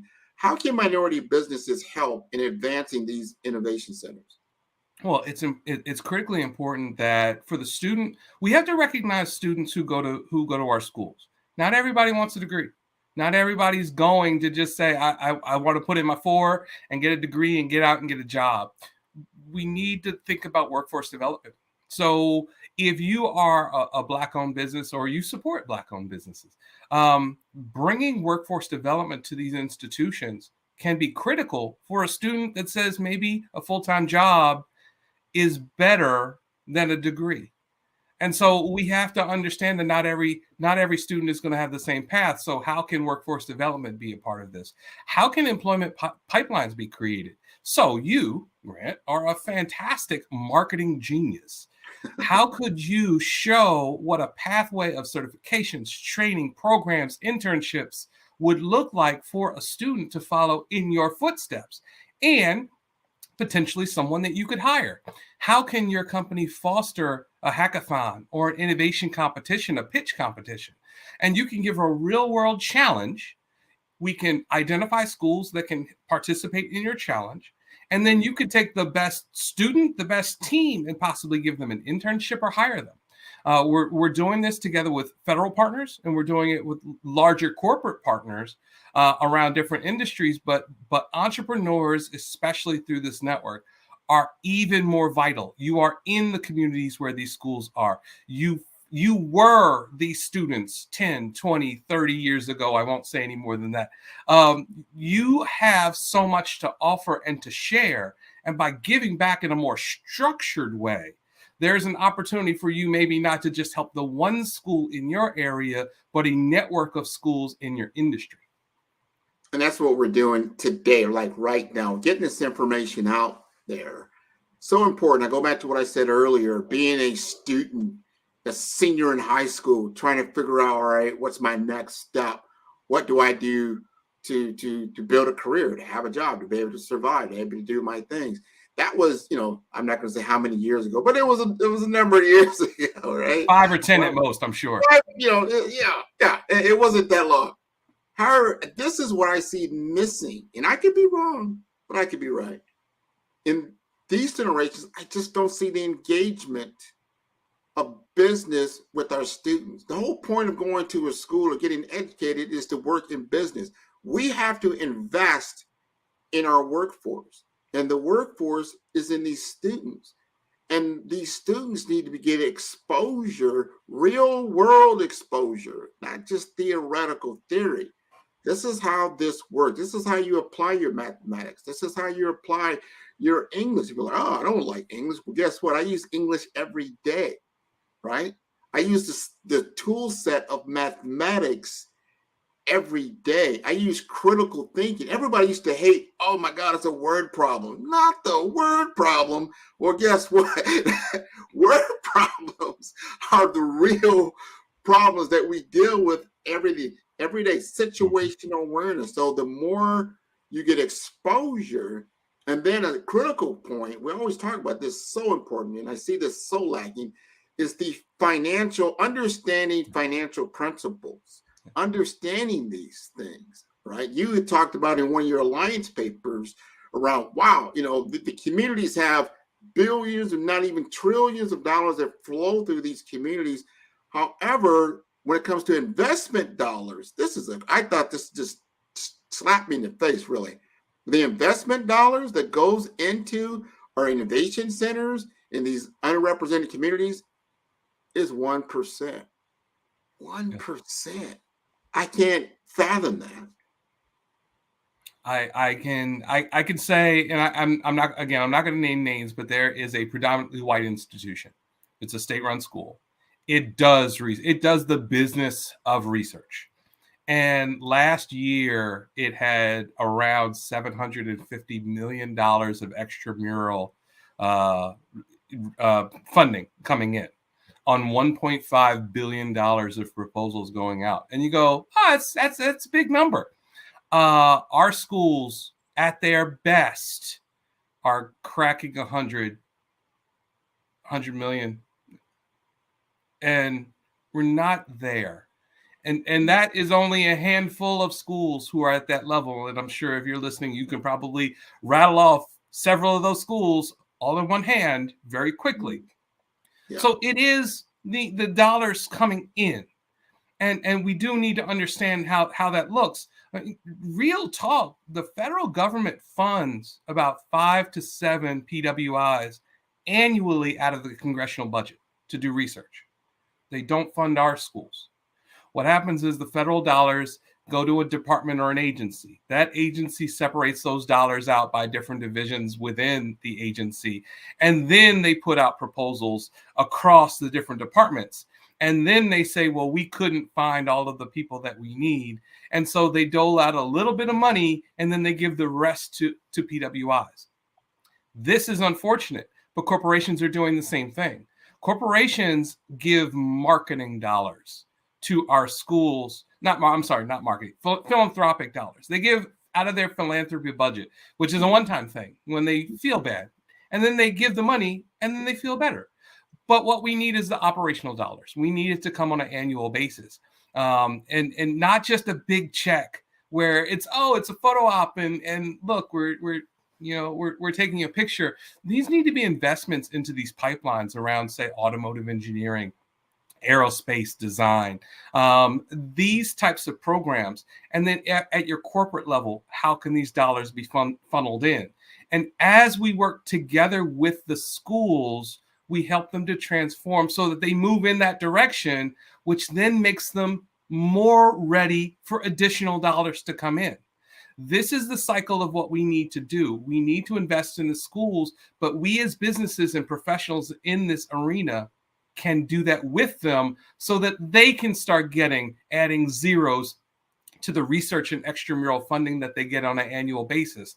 That's when our schools will truly be able to compete with anybody in the world. They have the ability, but what they're lacking sometimes is the capacity and the capability to do that through things like funding.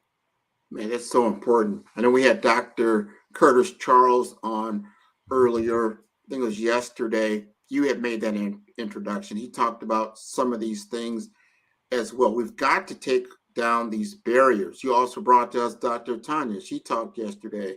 You know her as well. You are in that circle where you have had exposure. I call it exposure at the high levels of what I call the digital transformation economy that's taking place. You also see the gap. It's like, oh, wow, where I grew up, our neighborhoods, our people, where do they fit in this world?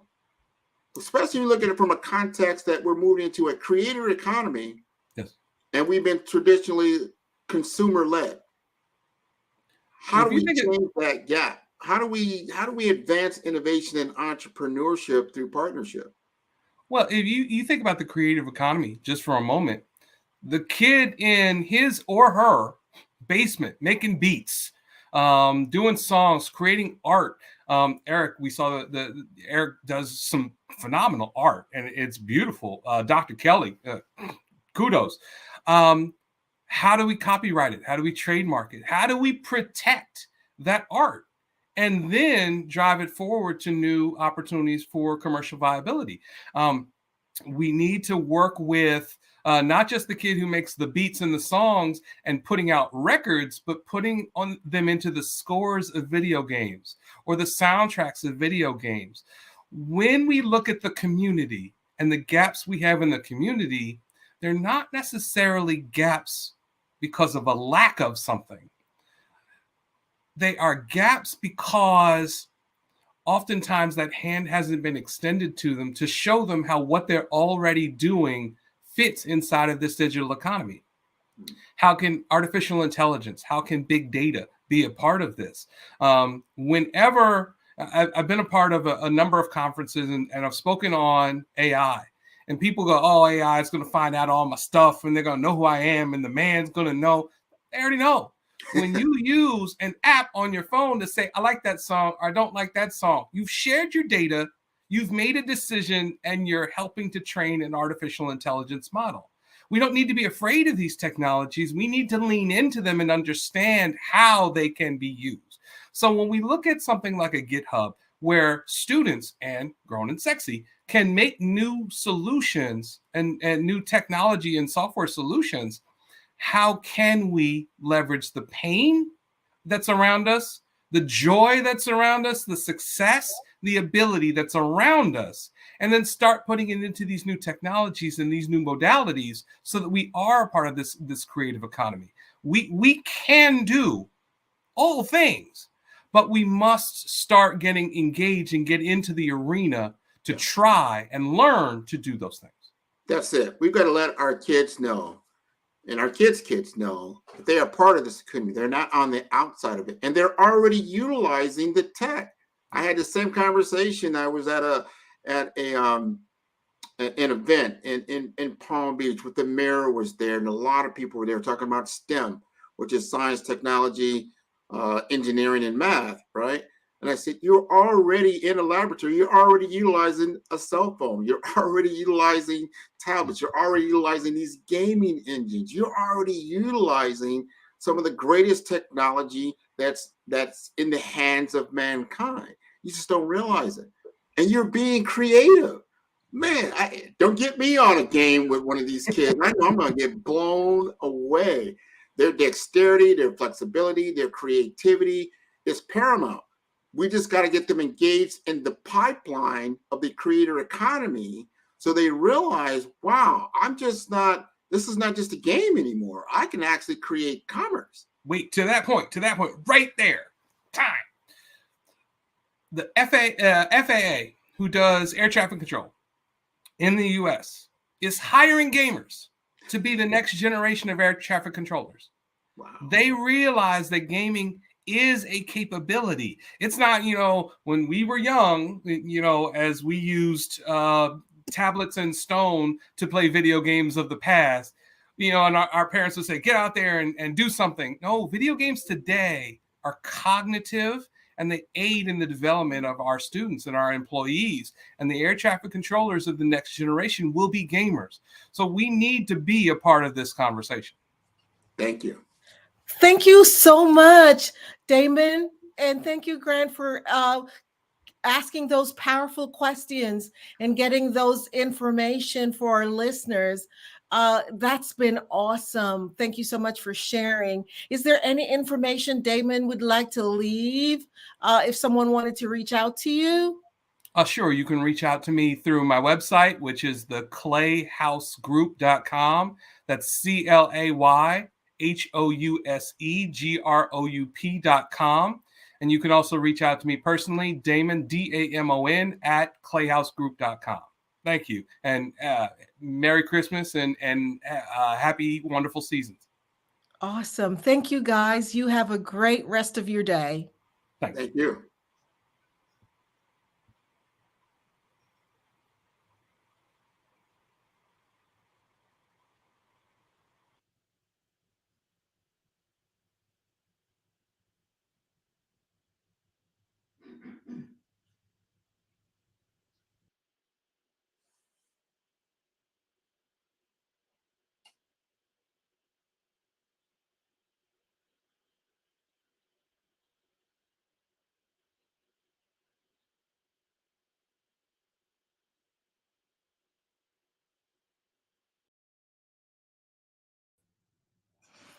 Remember, every dollar counts. So we want to remind you to donate to the scholarship fund. We want to thank our Black Business Expo USA sponsors for December 23. North Carolina 100, Moody Capital Partners, Suede Soul, Lotus Ritchie Coaching and Training, Carolina, Virginia Minority Supplier, Development Council, Step Management, Barbara H. Smith, LLC, The Hello LLC, 5-Star BDM Media, Margie McLean Foundation Incorporated, Genius is Common, Earth Essentials, Mulaney Shawnee Global, Executive Women's Success Institute, The Quality Coaching Company, Superwoman Business Services, Creative Force Studios, Lee Entertainment, Artistic App Design, and Black Business Expo USA.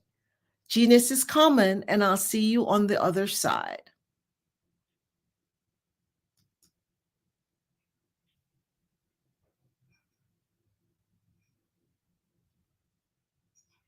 Hello, I am Dr. Eric Kelly III, the visionary strategist and founder of the Black Business Olympics. I invite you to showcase your Black-owned businesses on the Black Business Network global stage. The Black Business Olympics is a global Black Business Network platform that propels Black-owned businesses into the international spotlight.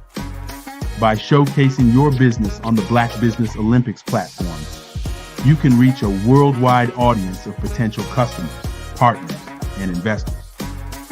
You can also establish yourself as a thought leader, an expert in your field, attract lucrative partnerships, and more speaking engagements. In addition, the Black Business Olympics platform provides a valuable opportunity to connect and collaborate with like-minded entrepreneurs and business professionals from around the world. This can lead to new business opportunities, ideas, and relationships. Finally, by sharing your story and expertise on the Black Business Olympics platform, you can inspire and empower others. This is a powerful way to make a positive impact on the world and leave a lasting legacy. If you are a Black-owned business owner I encourage you to seize the opportunity to showcase your business on the Black Business Olympics platform. It is a once-in-a-lifetime opportunity to make an indelible mark on the world. Be one of the 1,000 visionary entrepreneurs who are changing students' lives, shaping industries, and leaving an unforgettable legacy for their families. Unleash your voice on our global stage and watch your business thrive. Black Business Olympics is one of the largest Black business showcases in the history of Black business in the world. Yes, the entire world. Just give me a call today at 919-308-9090.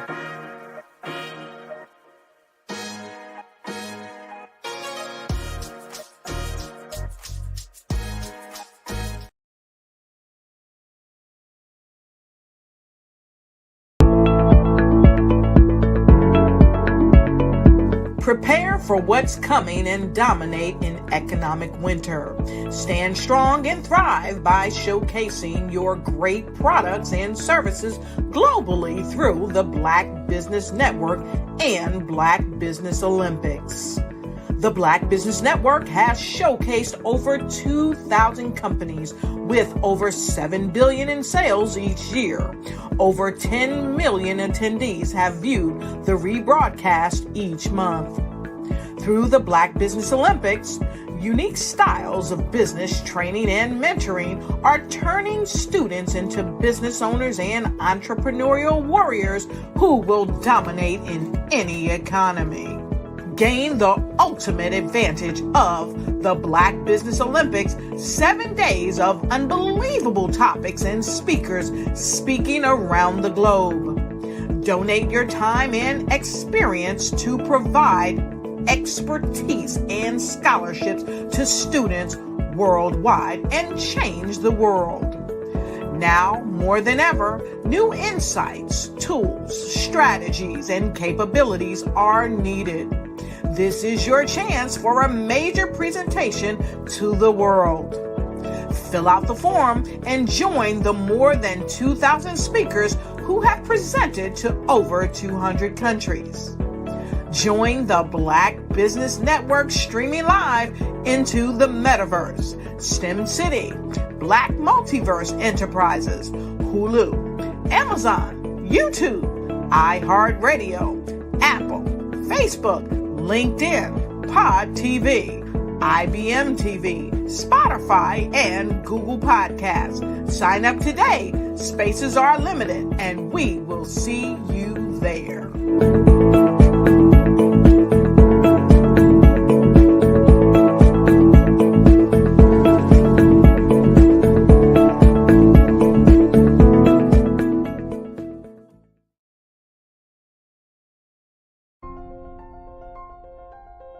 What if you could build your own city? A place where every child can find nurturing people to help them achieve their full potential. A place where every adult can access job training support. Where health education is abundant. Where social justice ruled the land. A place without limitations. Welcome. You have arrived at STEM City USA. It is what every city should be. A safe and trusted community where you find people and resources to help you become everything you are and beyond. STEM City is unlike anything you have ever experienced. It is a digital twin of the world around you, only better. STEM City is about energy and soul renewal. It is more than a digital world. You can almost feel the power of live cultural events, music, and theater. STEM City promises a better future for children with caring mentors and hands-on activities with dedicated tutors to support our youth. STEM City is your passport to a healthy lifestyle with weekly events addressing our community's many issues. STEM City is your financial well-being with helpful information on wealth management, career advancement, job training, and so much more. STEM City is the community you deserve. It is the city where your dreams can come true. STEM City USA. a place in the sky that is accessible to all who reach for the stars.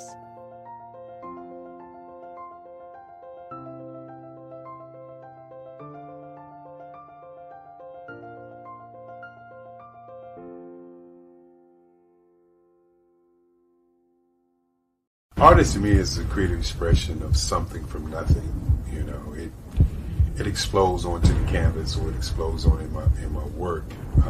One of the things that I try to do more than anything is I try to just give the lines and the movements and emotions and expressions into what I do. Art really means to me a chance to express how I feel deep down inside. Most of my art begins as a thought that I might have, you know, whether it's sports, whether it's history, whether it's a woman or a man. It pretty much starts as an idea of thought before I get into the actual image of what I'm going to draw. I do a lot of historical pieces. I was a history minor in college, and I love to do history pieces. And a lot of times I'm thinking about history, and then I try to make that history impact you as you look at it. That's one of the reasons I do pictures so large. People ask me, why do I do the pictures so big? And I tell them, I want the piece to impact them as they're looking at it, to kind of dominate them, dominate their space. And most of my pieces I try to do off page. I don't try to do anything that's going to be in those four corners or in a square. And I want your imagination to be a part of the piece that you're looking at.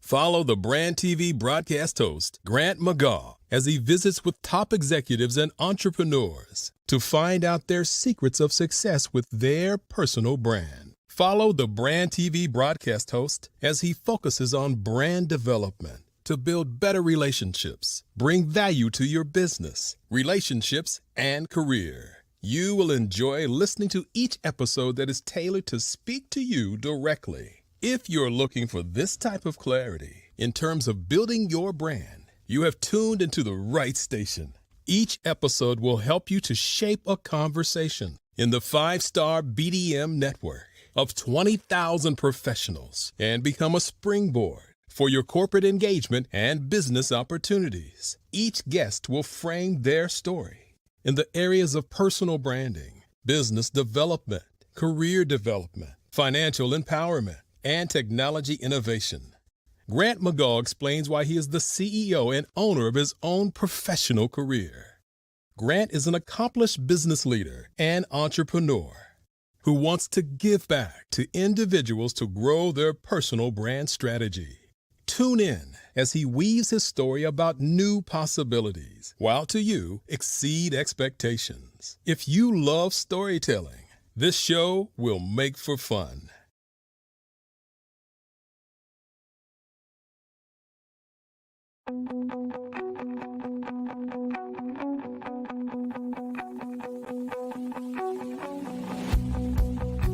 I am Black Business. From the moment I wake until the time I sleep. Yes, I am Black Business. I am Black Business. Tell me, are you Black Business? I am Black Business. Do you support Black businesses? Listen, I support Black business because I am Black Business. Black Business Expo, one of the largest business showcases in the history of Black business in the world. The world! Sign up today at www.blackbusinessexpousa.com or call 919-308-9090. I am Black Business.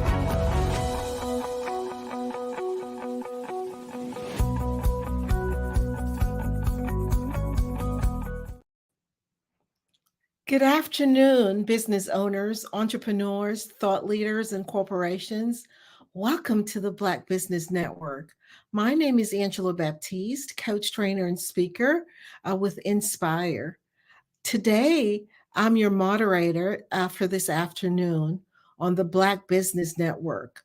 The Black Business Network is a 24-hour business network showcasing Black businesses, business owners, entrepreneurs, and thought leaders worldwide. We have speakers from North Carolina, London, Singapore, Africa, Japan, and cities all over the United States. The Black Business Network is a global community sharing its business knowledge to empower, to inspire, and educate businesses about business. Our next speaker is Henry Ward. Henry Ward is the Chief Operating Officer with demonstrated experience leading high growth, high margin technology and services businesses on an international scale. He has a proven track record of successfully delivering sales, operational, and financial results in both domestic and global markets, consistently recognized for collaborative leadership and exceptional business acumen. I present to you Henry Ward.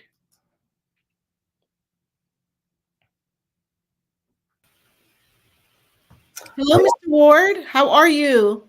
Awesome, Angela. How are you? Oh, doing well. It's a pleasure to have you with us today, and I look forward to learning more about what you have to say for our community. So you have a great time, and I remember, right, genius is common, and I'll see you on the other side. Thanks so much. How you doing today, Henry Ward? Grant, how are you? I'm good. I'm good. Getting over a little cold, but besides that, I'm good. Good. I like to hear that. You know, we're all into the holiday season. This is that time of year. Obviously, I'm in the Florida.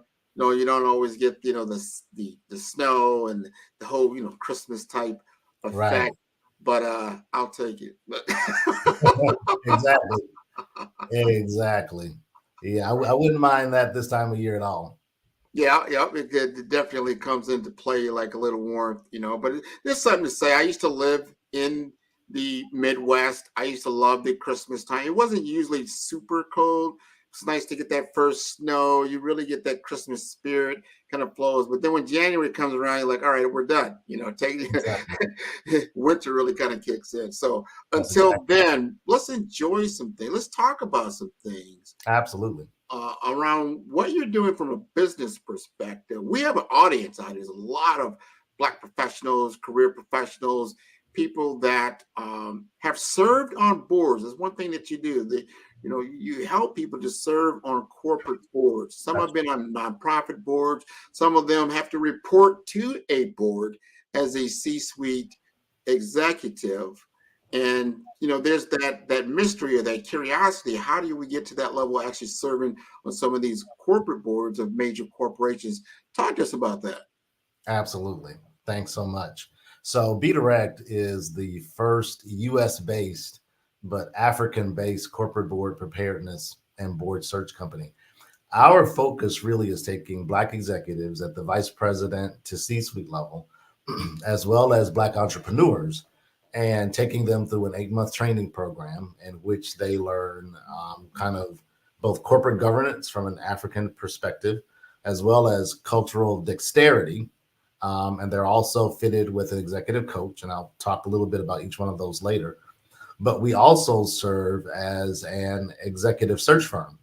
So as the cohort, and they meet in a cohort, as the cohort is going through this training process, we are also working on their behalf with venture capitalists and private companies, public companies, private equity firms to help place them. And the reality is that most corporate board work here in the United States really goes to the C-suite or one level below. And that's regardless of color. And it is all about the network. There are many organizations that provide corporate governance training. We support all of those from a U.S. perspective. But the reality is placement is about what network do you have, and are you able to parlay your relationships into board work? And so we kind of fill that gap for U.S. Black executives and Black entrepreneurs while we are working on their behalf while they're going through the training to actually help them from a placement perspective. And like you said earlier, many of us, including myself, are very familiar with the nonprofit boards. And I fully support all nonprofit organizations. Nonprofits do phenomenal work. The reality is that with most nonprofits, they want you to bring a check. They're not interested in necessarily paying you for your work. And so with corporate board work, as many people know, there is compensation involved. Usually that compensation is in the form of both cash compensation and in equity for that particular company. And we help Black executives navigate that part as well. That's interesting. And when I heard from you were saying, a lot of that is exposure. Here's the deal. Like, we go through training, and we can be in leadership training. We get to certain levels in an organization, get to that VP level, you start looking forward. Sometimes you're like, all right, I want to eyeball a C-suite position, whether you're a COO, CEO, or some type of position. But then there's that board work. Sometimes you think of it as philanthropic work, or just something beyond. But there's a lot there. Help us understand, what is the day in the life of a corporate board executive? Yeah. So are you speaking specifically from what do they do from a board perspective, or what do they do from their operations perspective? Maybe both. What are those things that really the big questions that you get from a lot of your audience? Great question. So a couple of things. One, usually there are standing committees, and this is kind of from an international perspective. There are usually standing committees for most corporate boards. There's an audit committee, there is the compensation committee, and there is the nominating committee. Under the audit committee, there are other also kind of corporate governance things, and I'll kind of talk about each one of those. So the board usually will meet on a quarterly basis, in person many times. Our program is set up where we are positioning these U.S. board members to be able to meet virtually and come in once a year for the annual meetings. But each one of the committees have their own committee work that they do. From an audit committee perspective, they work with the CFO and the other parts of the organization to help, audit the books of the company. The nominating committee actually is important because its role is to vet out and nominate the next board directors that will come on board. The operating executives give much attention to the compensation committee because the compensation committee is the one that actually sets the compensation for the C-suite and the rest of the executive team. So obviously, if you are an operating executive, if you're a C-suite executive or one level below, you really want to make sure that you're in good favor with the compensation committee because they're the ones that are setting your paycheck. So those are kind of the standing committees of the board, and those committees have their own committee work that they do throughout the year. And then on a quarterly basis, the entire board gets together for quarterly board meetings, in which usually there's a presentation deck that is presented to the board in terms of how the company is running, what the financial projections are, for the next quarter, how they did for the prior quarter from a financial perspective. And all of that is the role of the audit committee to make sure that all of those things are done well and in order. And what's really interesting is a lot of attention comes to the audit committee really because of Sarbanes-Oxley, what's known in the industry as SOX. big S, small o, small x, SOX.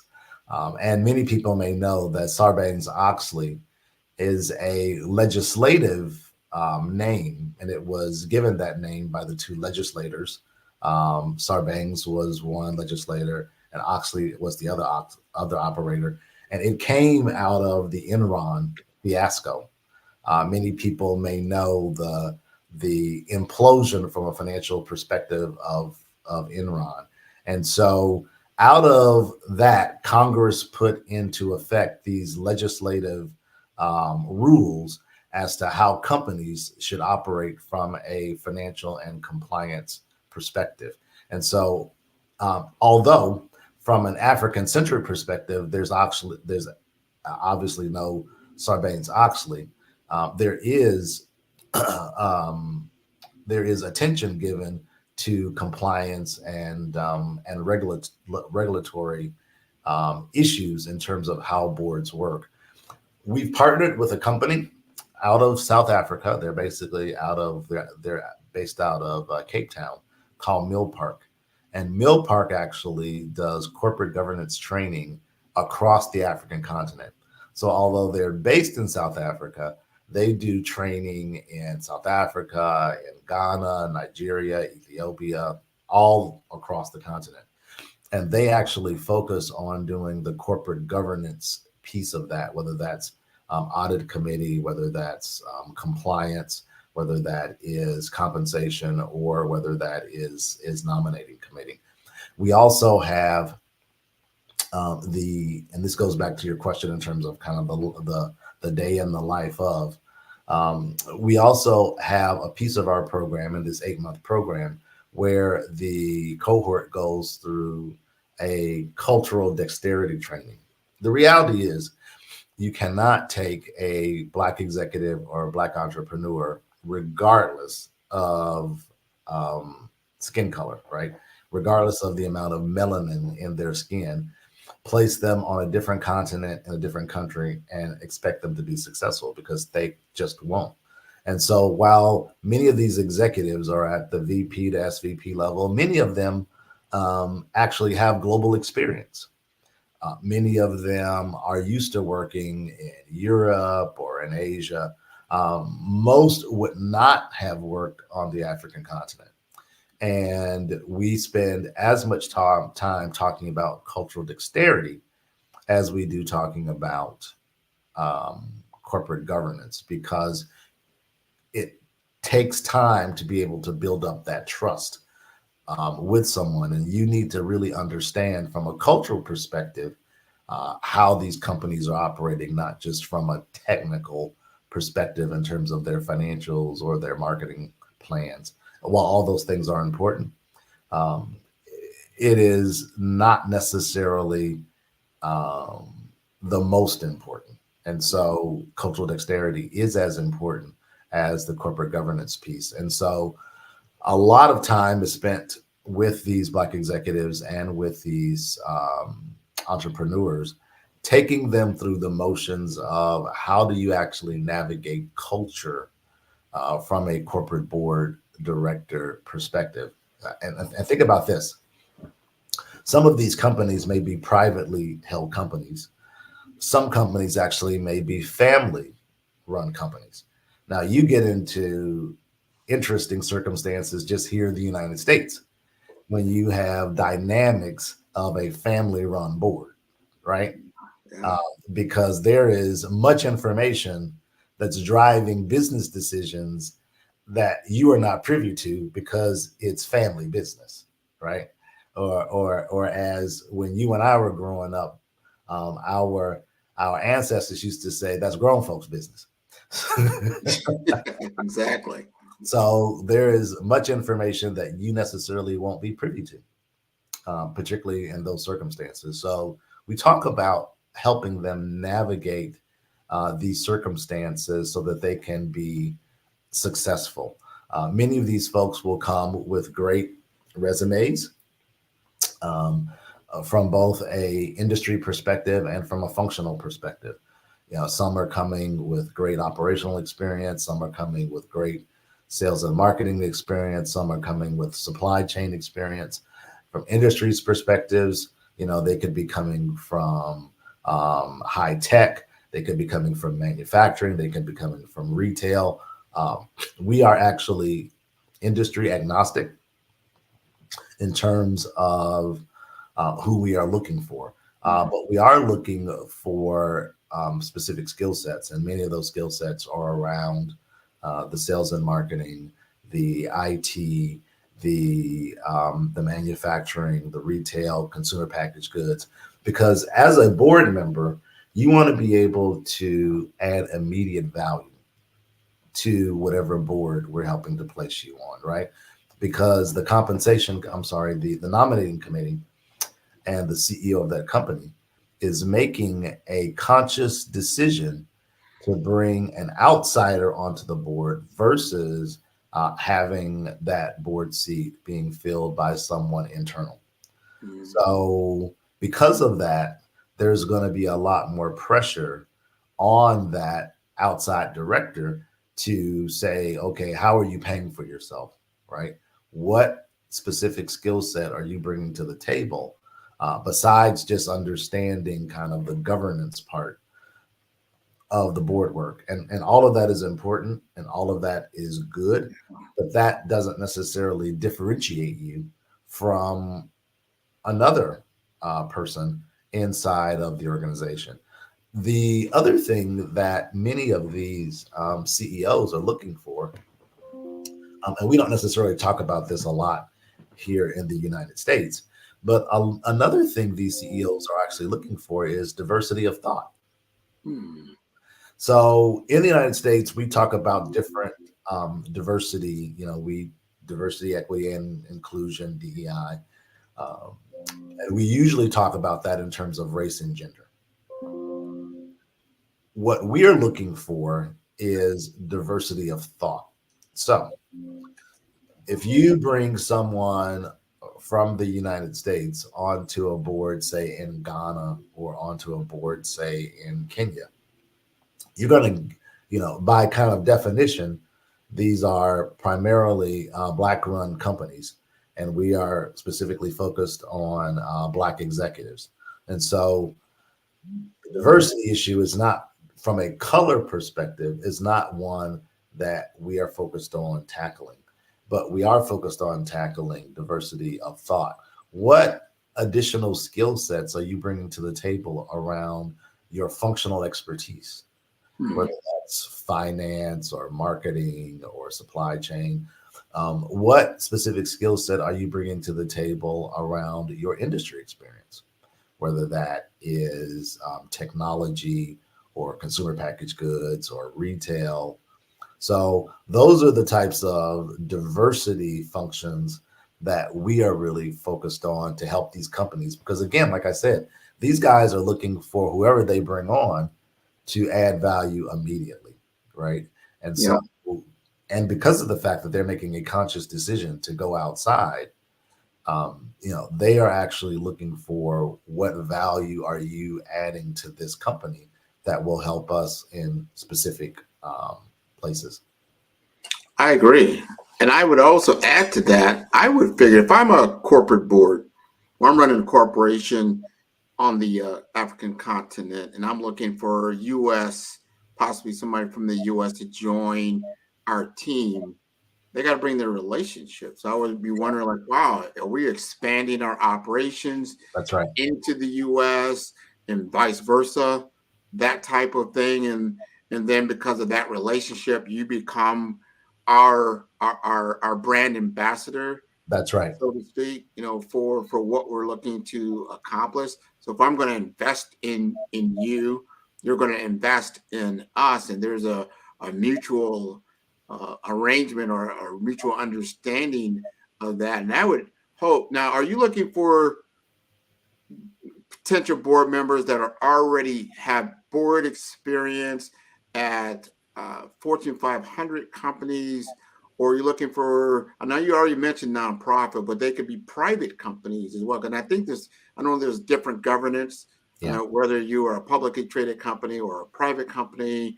And then does that, and you said you have an executive search firm, does that limit you? It's like, wow, we really are looking at a handful of people, or do you have a nice pool of people in which you can source from? Yeah. What's really great about Be Direct and our program is that we actually are looking for folks who have board experience and who have no board experience. We're looking for folks who are both corporate executives and who are entrepreneurs who are seeking to expand their own corporate governance. And so for us, it's kind of all of the above, which is great because it obviously opens up that aperture, it opens up that lens for us to be able to pull in more folks into the organization. And so knowing that even for those who have U.S. corporate board experience, and we will have many people that will come to us and say, well, I'm already sitting on a corporate board right now. And so can I just kind of skip the corporate board piece for Be Direct and just kind of go to the cultural dexterity training and hop on a board? The reality is, while it's great to come with experience, that experience is going to be different on the African continent because the rules are different on the African continent. On the African continent, there is something called King 4, and it's Roman numeral 4. Yeah. And it's 4 because it's kind of the fourth generation of these kind of best practices around corporate governance.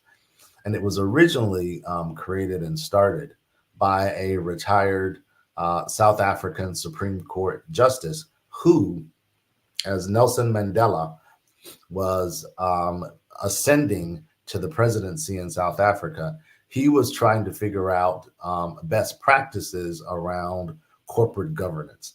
And how do you make South Africa more of an open society regarding corporate governance? And how do you take best practices from the US, from the UK, from other countries, and put them together in a corporate governance perspective? And so while someone in the US may say to us, well, I already sit on a board in the US, so I don't really need corporate board training. Not necessarily true, because although 80 to 85% of corporate governance is the same from an international perspective, that 15 to 20% does make a difference. And that's why we've partnered with this company to teach corporate board governance from an African-centric perspective and not just from a U.S. perspective. And I'm glad you brought that up because you're talking about some of the differences. King 4, I'm not familiar with that.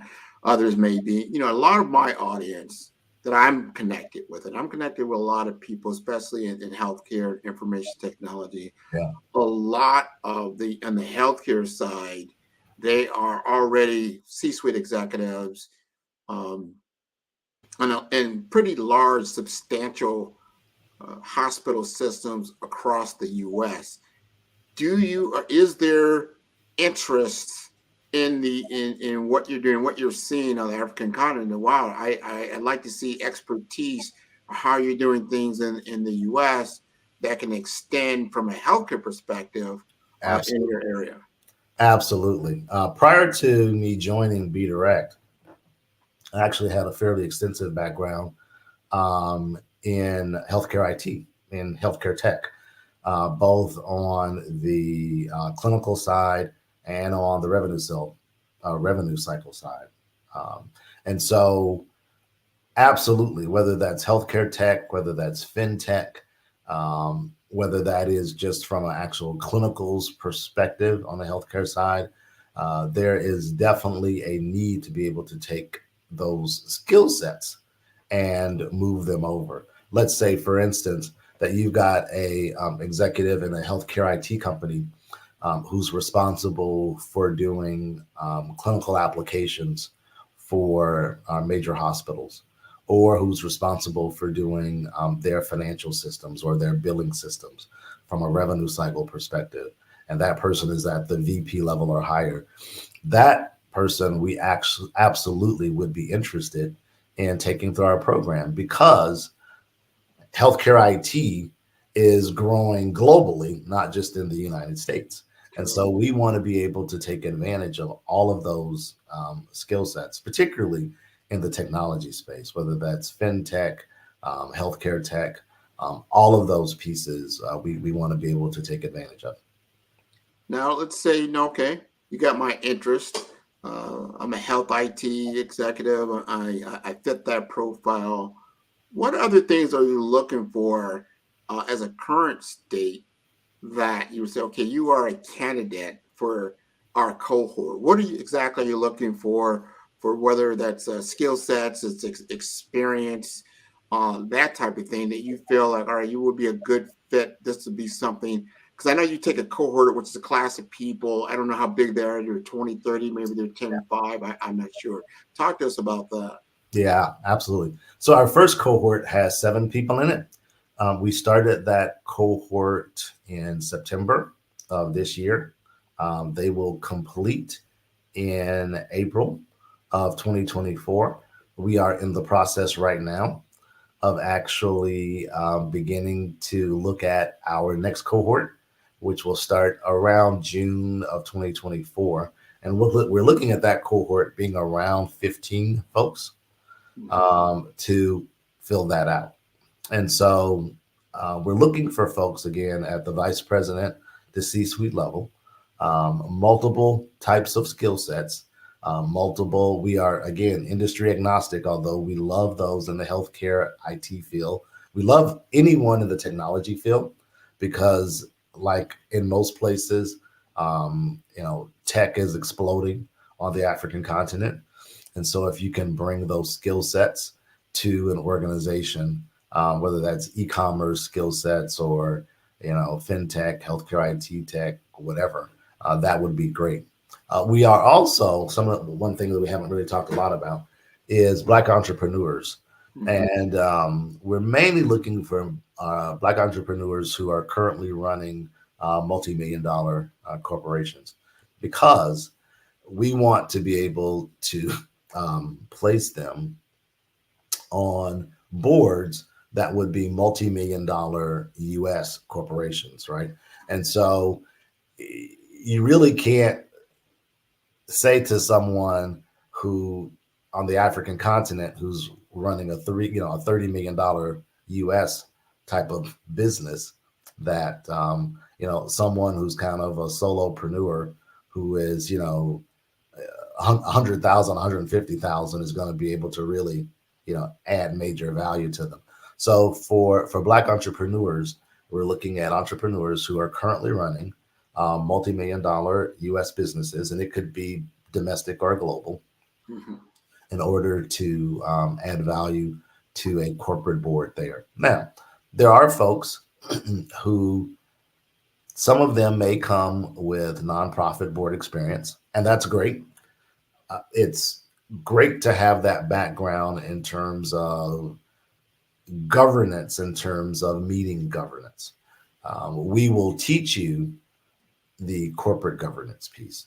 So, that's great. Whatever experience that you have or don't have is perfect for us. What we have found from a market research perspective is many of the Black executives who are currently on boards in the United States are C-suite or one level below. And it really is a closed club. And the first question in the United States that you get asked when you are seeking board work is, what boards do you currently sit on, right? Yeah. So it's almost like getting your first job. You can't get a job without having experience, and you can't get experience without having a job. Right. So one of the things that is our kind of secret sauce, if you will, or our really major value add is we are able to take folks who are not necessarily getting the opportunities here in the United States, particularly from a corporate perspective, particularly at that VP to SVP level.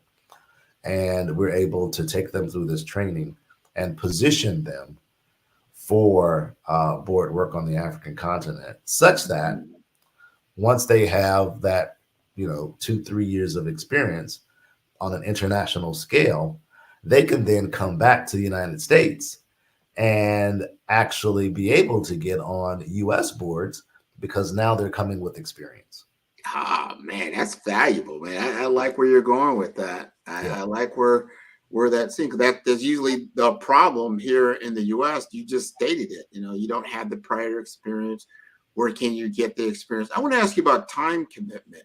Yeah. Because somebody's running a multi-million-dollar company here and they want to be on a board. That's right. On the African continent. How much time do you really need to focus? And you said sometimes you got to think about that. Even if you get on a board over there, then you got to serve for a amount of time. And I don't know if that's all virtual. You got to be on prem as well. Yeah. Give us an idea about that. Yeah. So the way that we're positioning these executives, because they are obviously US based, when we are working with companies on the African continent, we're positioning them such that most of their work will be virtual. Most of the meetings, and one of the few good things that came out of COVID was being able to do platforms like this where you could do virtual meetings, right? The focus of virtual meetings has exploded based on the fact that during COVID, we couldn't meet in person. Right. So what we are positioning these Black executives with their companies on the African continent is they will meet with their committees on a virtual basis. They will do the quarterly meetings on a virtual basis and be in person at least once a year for the annual meeting. Okay.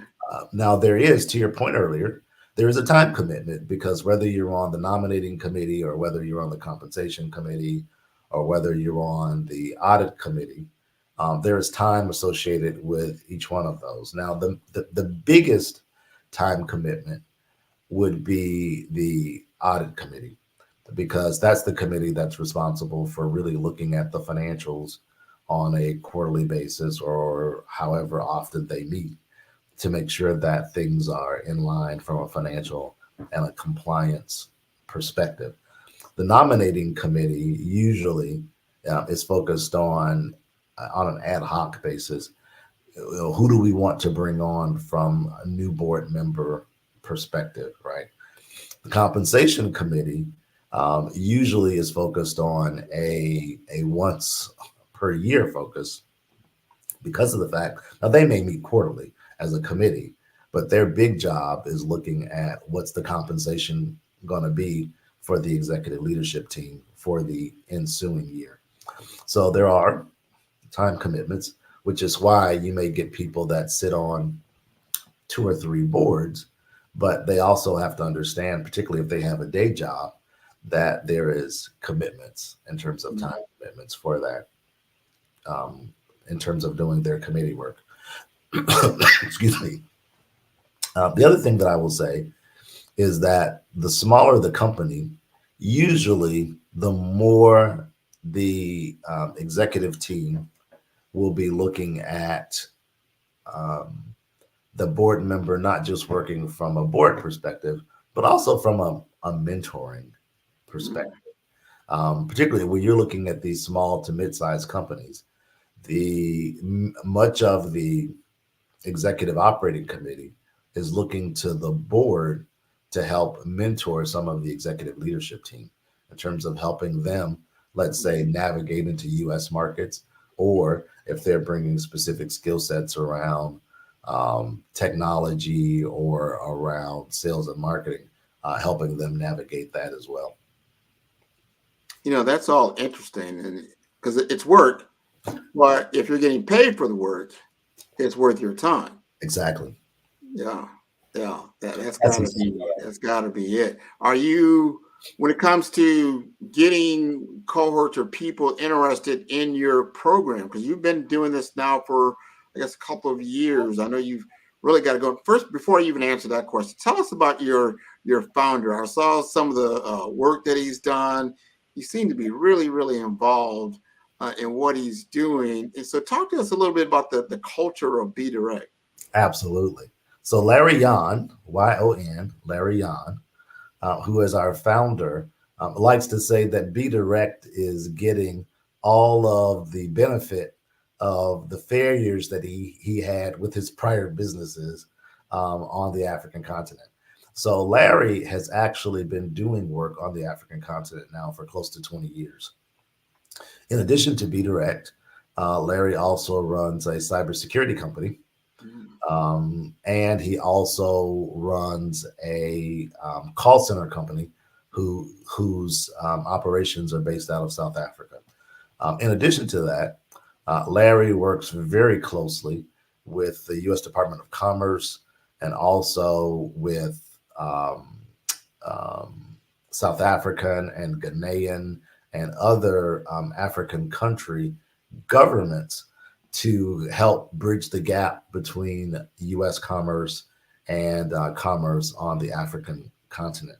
And so he is very adept in terms of navigating culture. And he talks about the fact that that wasn't always the case. You know, he wishes he had a program like Be Direct when he first started out, because he made a lot of mistakes in terms of not understanding how culture plays such a major part. You know, whether we like to think about this or not, we in the United States are Western thinking. Yeah. We may not like that terminology as African Americans or Black folks, but we are. We have been brought up in a Western culture, and we are Western thinking. And in terms of business, Western culture is all about, okay, let's move past the pleasantries and let's get to business, right? You know, time is money, and I really don't have a lot of time, and I'm trying to make a lot of money. So, you know, let's get to business. In other cultures, that's not very true. Doing business on the African continent is more akin to doing business in Asia, whether that's Japan or in China, where you spend a lot of time building relationships first before they actually want to talk business with you. And so Larry actually brings all of that experience to the table in terms of understanding how do you navigate culture. And it is because of his relationships with companies on the African continent, because of his relationships through the U.S. Department of Commerce, because of his relationships with senior leadership in government in South Africa and Ghana and Kenya, that we're actually able to be successful in terms of the placement piece of this puzzle. Because if you didn't have that relationship, and it's not unlike here in the United States where placement is about relationship, that's not uncommon on the African continent as well. And so it's because Larry Yon, our founder, has those relationships. We're actually able to be successful in terms of helping people not just navigate culture, but also helping them to get in front of folks who are major decision makers. And you got to be a part of that whole pie yourself. Relationships are so key. Experience is so key. And he must have looked out and just saw, like, here's a gap, here's an opportunity. I like his breadth as far as being in cybersecurity. I would say I'm in tech, so that makes a big deal. You know, that resonates with me. Contact center, call centers, that gives you a lot of connectivity, a lot of connections with a lot of different groups. That's right. And his government relationships that he's got, you know, all of those are important. Now, your team in the U.S., where you sit, are there, a number of people on the Be Direct team that also brings another avenue of skill sets to the table? Absolutely. So the three principal officers, if you will, the executive leadership team is Larry Yon, who's our founder and CEO, Andre Ward, who is our chief transformation officer and also our chief growth officer, and in full transparency, also my brother, and me as chief operating officer. So we make up the primary executive leadership team. A critical piece of the puzzle that Andre brings to the table is this focus on the cultural dexterity piece. So in addition to being the chief transformation officer for Be Direct, Andre also runs a consulting company called Coffrey Ward Corporation. And he has done leadership training and cultural dexterity training and diversity training across the globe for major Fortune 500 companies. As a matter of fact, there was a time, 10 or 15 years ago where the top 10 to 15 corporations on the Fortune 500 were his clients. So, and he still has top Fortune 500 companies as his clients. And so one of the things that Andre does is he leads our cultural dexterity training. And that part is critical because Andre actually has done training not only here in the United States, but across the globe and in specific on the African continent. So our primary markets are South Africa, Kenya, Ghana, and Tanzania. And Andre has actually led dexterity training and leadership training in all 4 of those markets on the African continent. And so that is critically important for us. One of the other things that Andre does is there's a tool that he asked each one of the cohort participants to take. It's called IDI. And what it's a tool that actually measures cultural dexterity. So the person does a self-assessment of how they think they are from a cultural dexterity perspective. And then the tool gives them a score in terms of how they would be perceived from a cultural dexterity perspective. And it's can be very eye-opening. I remember the first time I did my first 360 performance appraisal. And, for those who are not familiar with a 360 performance appraisal, it's focused on 360 degrees, right, which is a full circle. So it's one in which not only your direct manager appraises you, but your peers appraise you, and also your direct reports also appraise you from a performance perspective.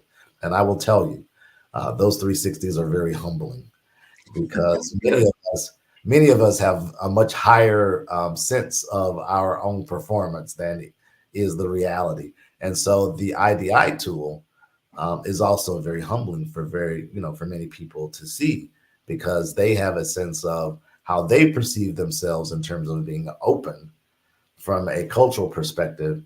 And then they get their scores back to say, you may not be as open as you think you are. One of the things I didn't talk about earlier is that in addition to the cultural dexterity training and the corporate governance training, each person in the cohort is assigned their own executive coach. That executive coach actually is based out of the African continent. And what's rare and wonderful is not only are they certified international executive coaches, but they also bring domain knowledge regarding corporate governance. So they are used to working with corporate board directors and coaching them, which is phenomenal. Now, that company actually happens to be run by a Black female based out of South Africa. Okay. So we really were very fortunate to be able to partner with her. And so she and her team will get the IDI assessments, and then she will work and her team will work on an individual basis with each one of these cohort members to coach them in terms of, here is kind of what we saw from your assessment perspective. And, I know what you're learning in the classroom. That's great. You'll need that. But, in order to be successful, here are some of the things that, we suggest you work on from a cultural dexterity perspective. This is great. Sounds like a fantastic program. I know you're getting through. I can't wait to get the feedback, get some testimonials from those that have gone through the process and the value that they're bringing to their prospective organizations, what that all looks like. And then as you start to get more and more, now are you looking to do, every quarter to have a new cohort, or is it every 6 months, or what's kind of your cadence? So the goal for us is to run at least 2 to 3 cohorts per year. We started our first cohort in this September.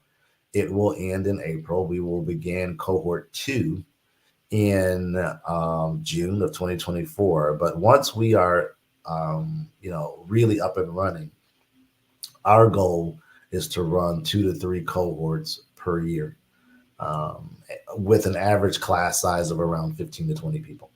Okay. No, that makes sense. That makes sense. And then once you've placed them, does Be Direct stay involved? Kind of what does the aftermath look like? Yeah, great question. And so once we've made the placement, we, from a direct perspective, are not so much directly involved. However, we certainly are going to be keeping tabs on each one of these folks that are placed to make sure that things are working well, and if there's anything that we can change from a go forward perspective. Because once they are actually with a company, then they actually have an individual contract. They're no longer contracted with Be Direct.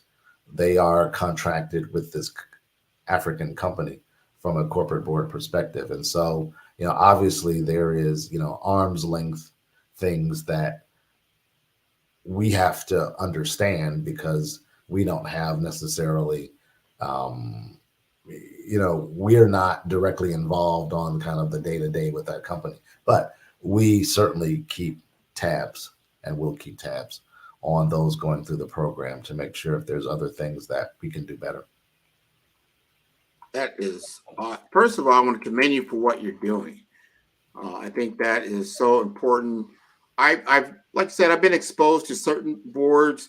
Most of those or companies somewhat similar to Be Direct, in that they are developing Black professionals to serve on corporate boards here in the U.S. I have not heard of those that are helping Black professionals to serve on boards directly in the African continent. I think that is a wonderful service. So I applaud you for all that you're doing in your work. Thank you so much, Grant. It's always great talking with you. Absolutely. See, Angela is back. She's on mute right now. I think she's giving us the signal. I think you're still on mute, Angela.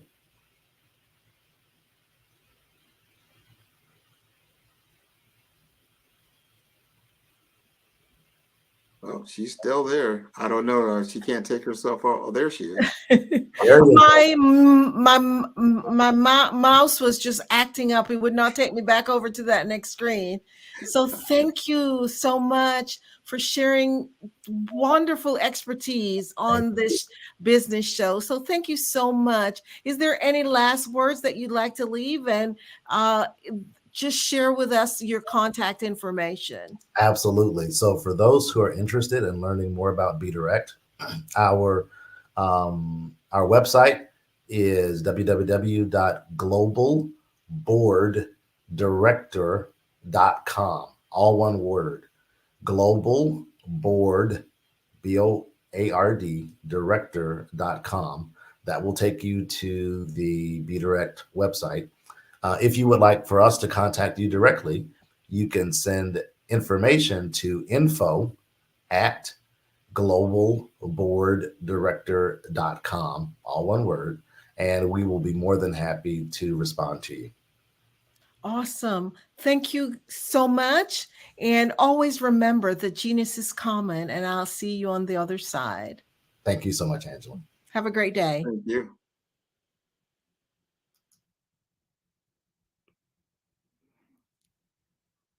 So I wanted to go ahead and promote the scholarship about the Black Business Expo's mission is to raise funds for high school seniors going to college or K through 12 entrepreneurs.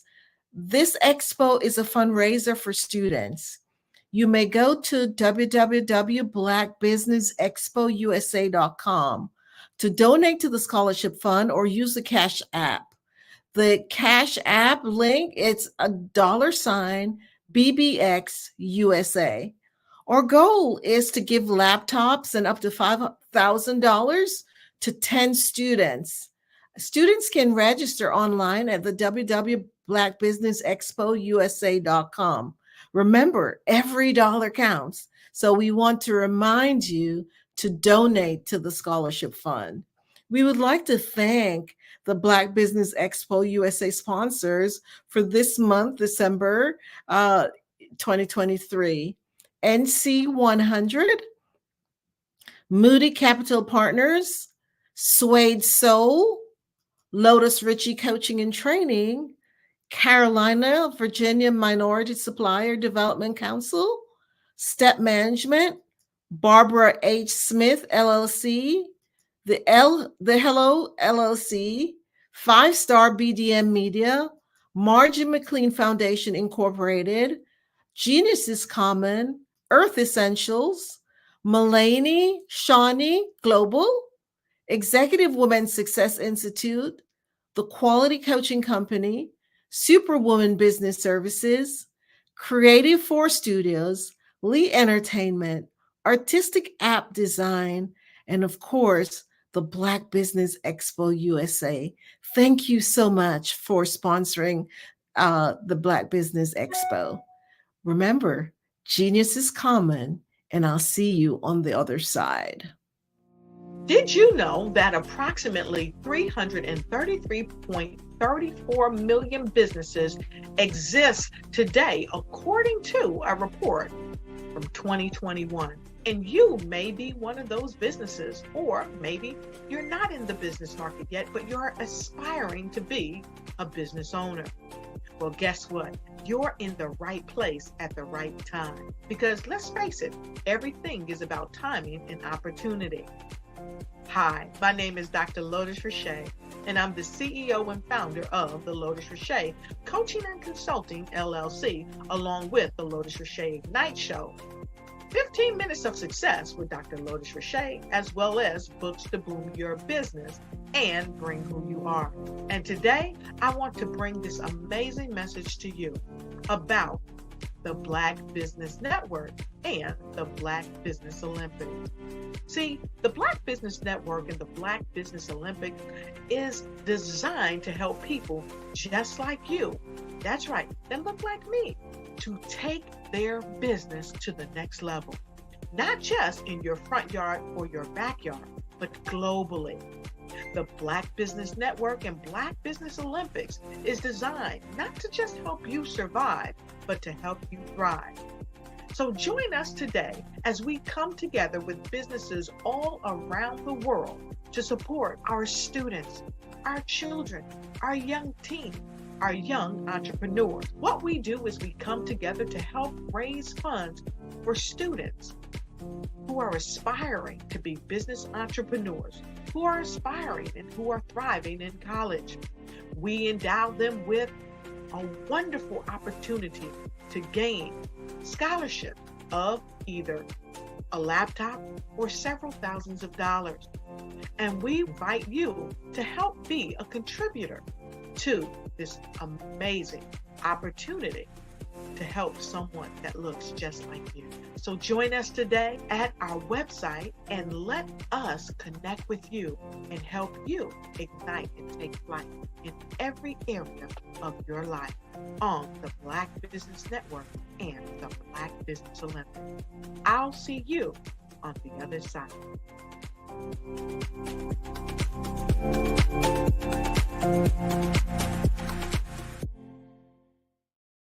Content creators, welcome to Babe Unite TV. Hey, are you struggling with having your content stand out from the crowd? Or is it that you're overshadowed by others who have more resources, followers, and influence? The good news is wherever we are, you are too. We help you grow your online presence and optimize your visibility, which gets you closer to your audience so you can build trust and loyalty. By using the power of our network, we help you build yours. Babe Unite is a powerful tool to connect you with your friends, followers and fans. And when fans rule, everyone wins. Join us. FAVE stands for Fans, Artists, and Venues. Submit your content today.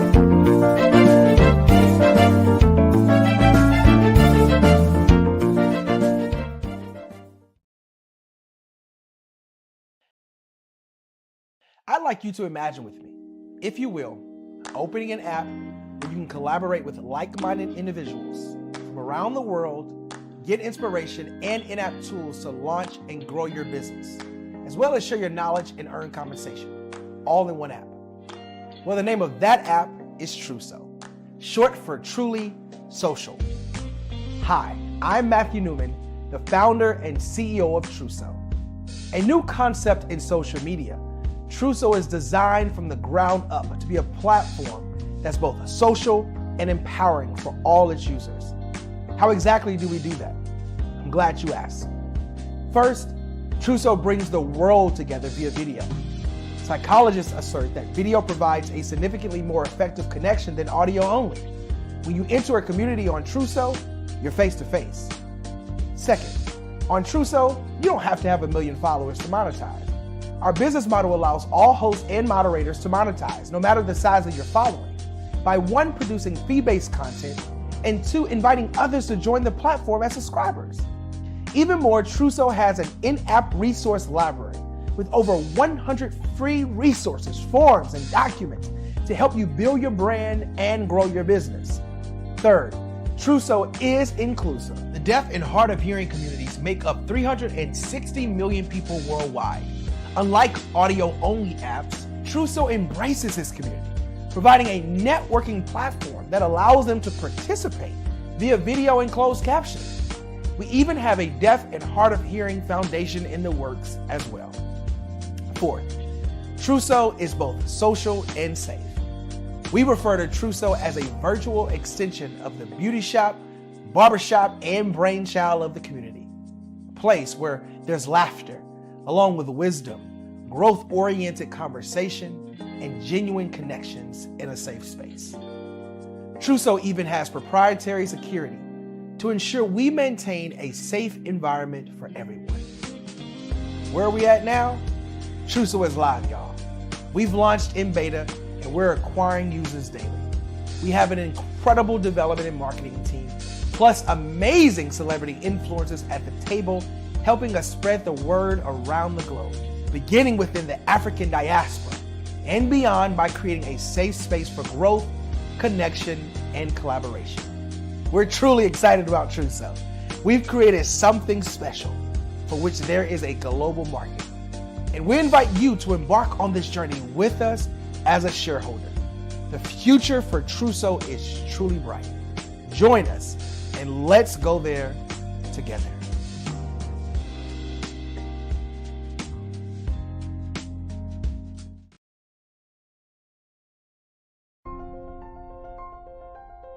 What if you could build your own city? A place where every child can find nurturing people to help them achieve their full potential. A place where every adult can access job training support. Where health education is abundant. Where social justice ruled the land.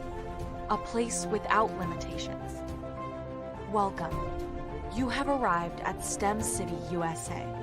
It is what every city should be. A safe and trusted community where you find people and resources to help you become everything you are and beyond. STEM City is unlike anything you have ever experienced. It is a digital twin of the world around you, only better. STEM City is about energy and soul renewal. It is more than a digital world. You can almost feel the power of live cultural events, music, and theater.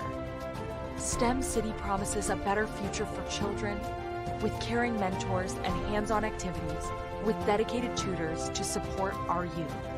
STEM City is your passport to a healthy lifestyle with weekly events addressing our community's many issues.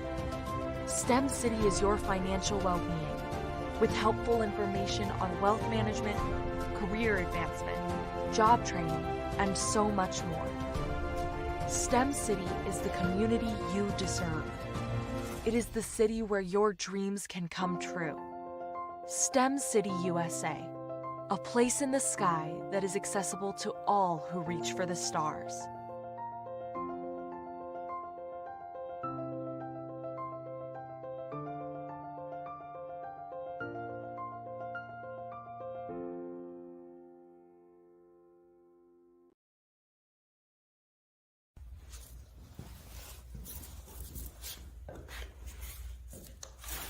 How you doing?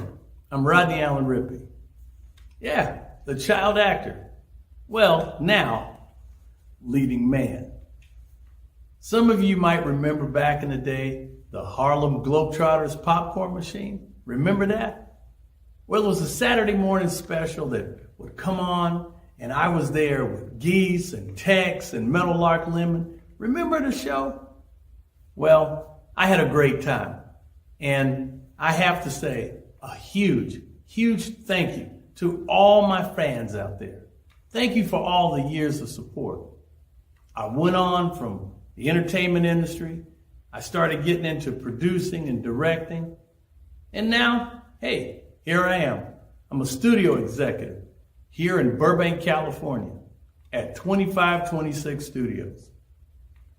I have to say, it's been pretty good, but the best is yet to come.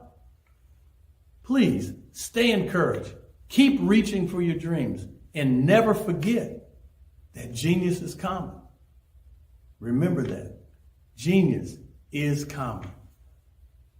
No matter what anyone says to you, no matter how tough the road may get, keep striving. Keep reaching for your dreams.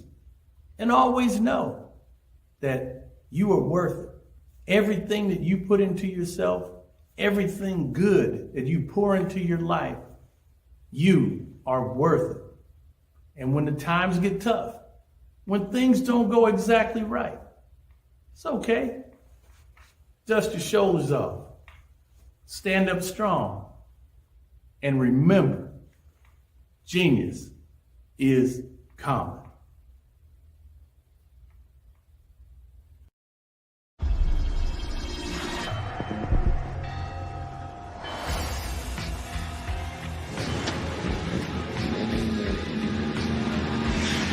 La connexion BU.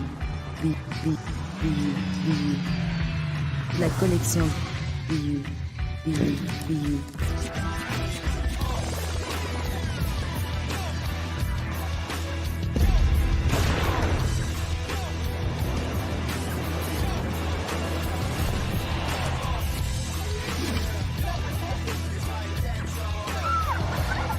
In a world obsessed with the cult of celebrity,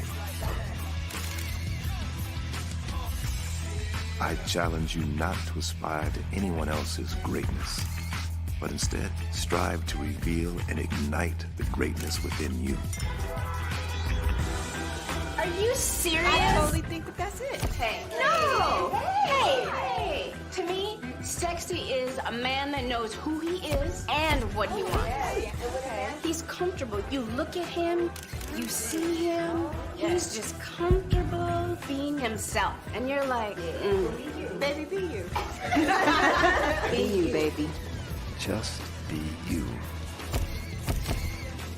I like it. Introducing the BU collection, exclusively available at K&G Fashion Superstore. Hello, this is Israel, and I am CEO of Daydreams Interactive and author of Princess Planet.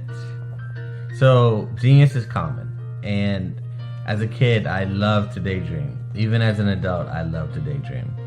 And when my daughter became 6 and loved princess characters, but we just could not find the diversity that showed her, we created our own characters. So, for instance, you have Princess Nulu right here. Princess Nulu is from Uganda, and her genius is that she loves to take care of animals. She can actually even listen and hear what they say. And then we have Princess Isabella right here. Princess Isabella, she's from Cuba, and her genius is biochemistry. One day she hopes to eliminate disease.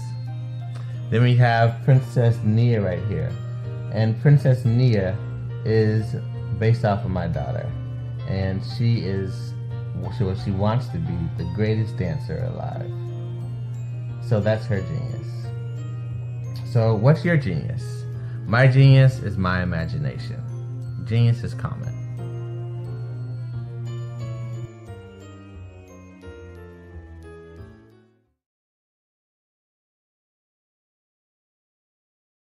Sometimes you got to hear the news from the Black perspective, and more specifically, Black publishers. And that's exactly why you have to download the Hey Tie app, the largest mobile app delivering breaking news, videos, and podcasts from 200 of your favorite Black publishers. Yes, 200 Black publishers delivering news as it happens, literally all in one app. Go to HAYTI.com or download the app in the Google Play Store or Apple App Store. It's completely free, along with information that you can trust, so go check them out. Social media is evolving. It's more vibrant, more colorful, more energetic, and so are you. It's not just photos anymore. It's video, it's audio, it's subscriptions. And now there's Fanbase, a new monetized social network.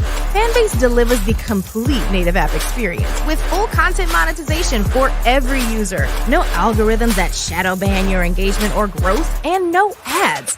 Follow anyone for free and subscribe directly to your favorite creators for $4.99 a month. Plus, show some love by tipping on any post. Also, make a Fanbase page and monetize your content the same way.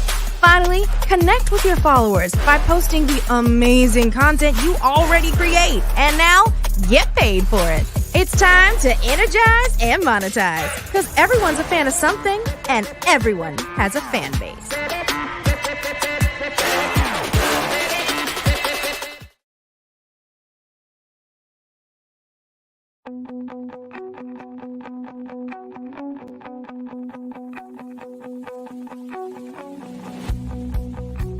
I am Black Business. From the moment I wake until the time I sleep. Yes, I am Black Business. I am Black Business. Tell me, are you Black Business? I am Black Business. Do you support Black businesses? Listen, I support Black business because I am Black Business. Black Business Expo, one of the largest business showcases in the history of Black business in the world. The world! Sign up today at www.blackbusinessexpousa.com or call 919-308-9090. I am Black Business.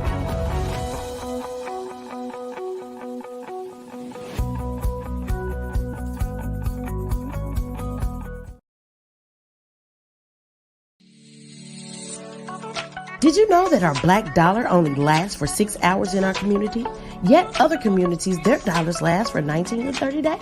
The Black Wall Street Nation. Black Wall Street Nation. Yes, that's why we created the Black Wall Street Nation. Black Wall Street Nation is a centralized directory available to all Black businesses across the world.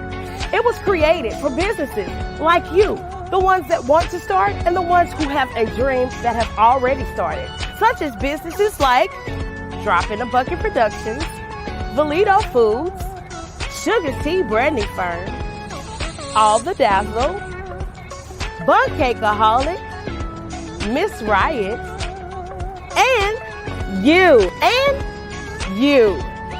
We'll have marketing, seminars, and some funding coming soon just for you. So, we want you to come and join us. www.blackwallstreetnation.com. See you there.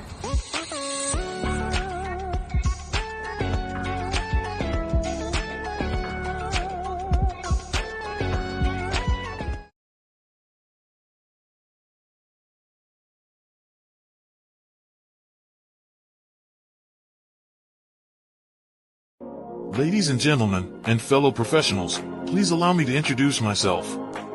I am David Jones, the co-founder and CEO of the Hello LLC, where I am passionately dedicated to guiding individuals and businesses toward their own return on time investment.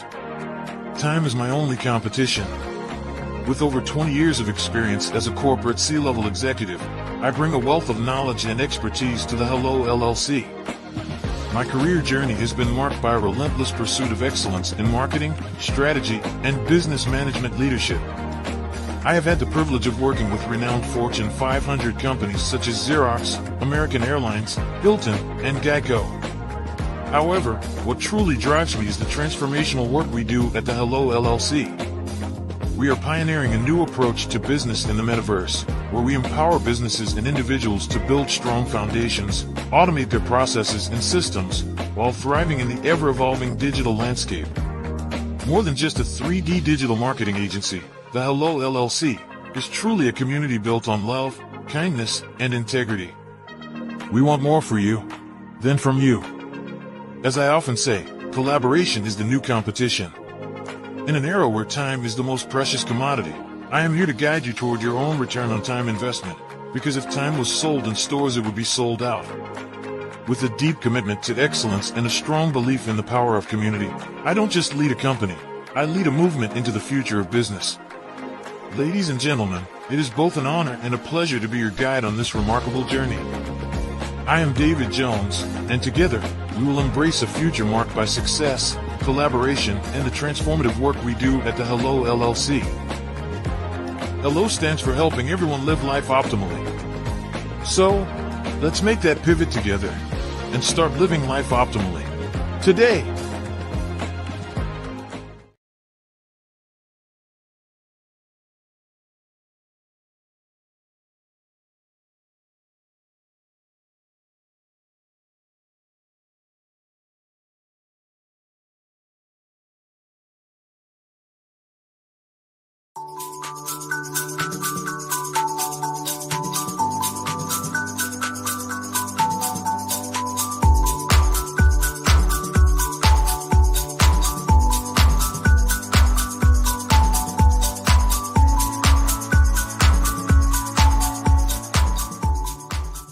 I have my PhD in biomedical informatics, and I tend to focus and get really passionate around genomics, particularly when we talk about genomics for precision health, genomics for community and population health, so on and so forth, and some of the disparities and differences that manifest themselves in the human body based on your heredity, your ethnicity, your environmental impact and stimulus that's coming from outside of your control, and how that impacts the way you ingest medicine, the way your body takes in that medicine and delivers it throughout your cells.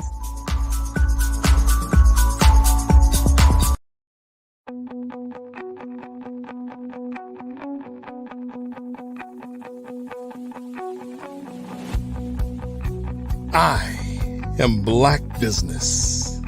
From the moment I wake until the time I sleep. Yes, I am Black Business. I am Black Business. Tell me, are you Black Business? I am Black Business. Do you support Black businesses? Listen, I support Black business because I am Black Business. Black Business Expo, one of the largest business showcases in the history of Black business in the world. The world! Sign up today at www.blackbusinessexpousa.com or call 919-308-9090. I am Black Business.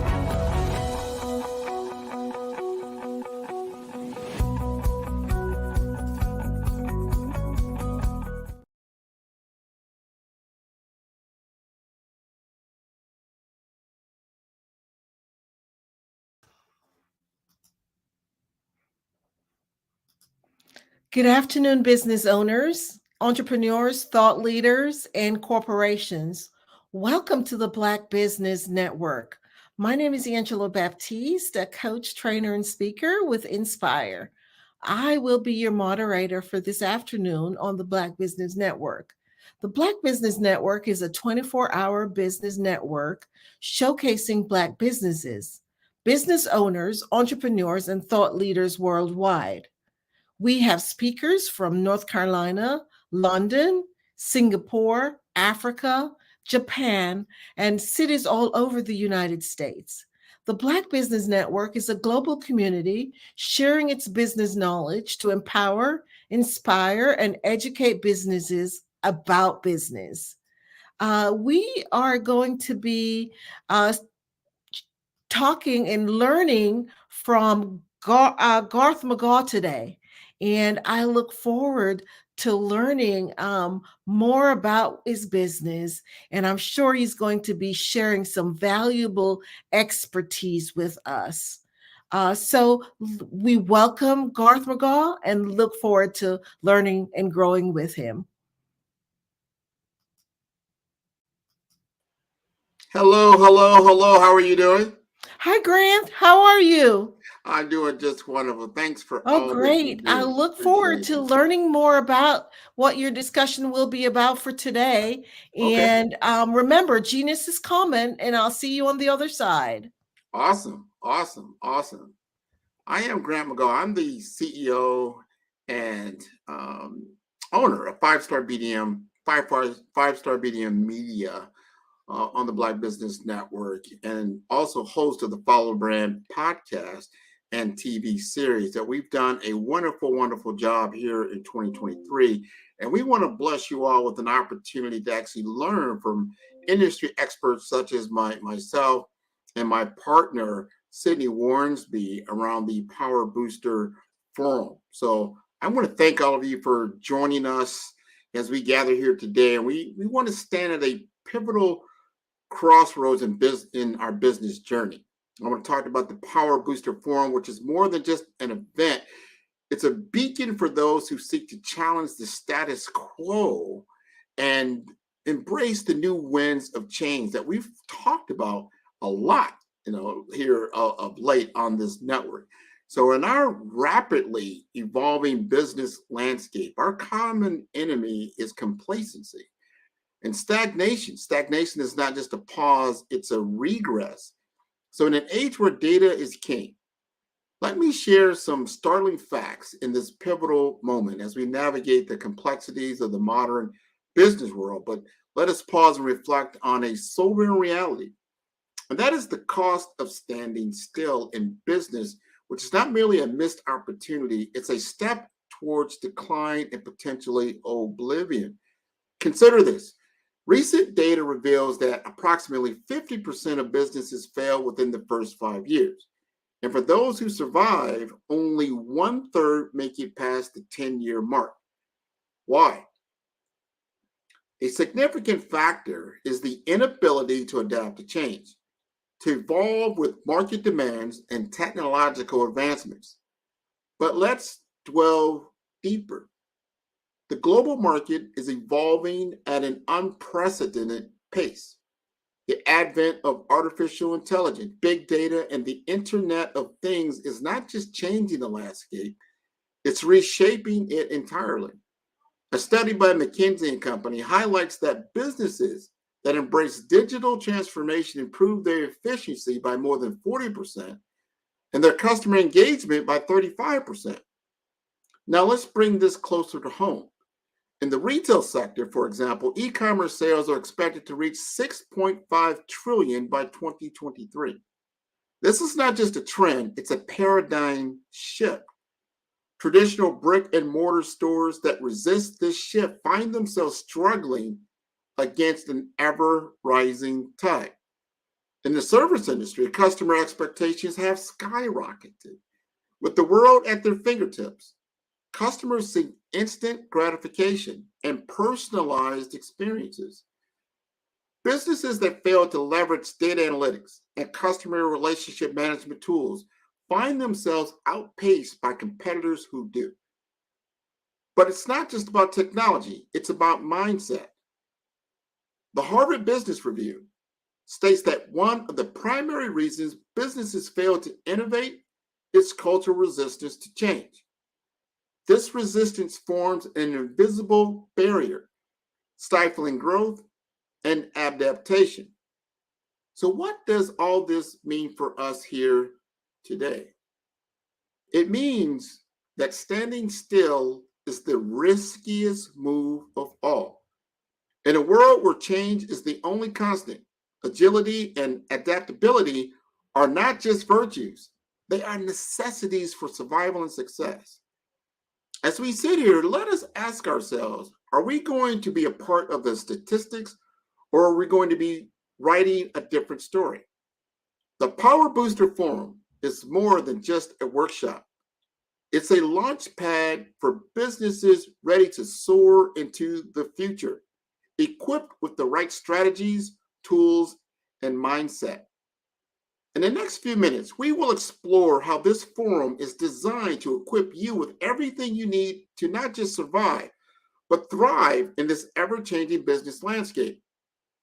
As we delve deeper into the transformative journey that the Power Booster Forum offers, let's confront some critical questions that may resonate with many of you here today. Are you still struggling to recover from COVID? The pandemic has left an indelible mark on the business landscape. Many of you might be grappling still with this aftermath. Is your business still trying to find its footing in this new uncertain digital world? Are you a startup striving for recognition? For those of you spearheading startups, the challenge is often about cutting through the noise. Are you struggling to make your mark in an already saturated market, pressured to lower prices in an attempt to stay competitive?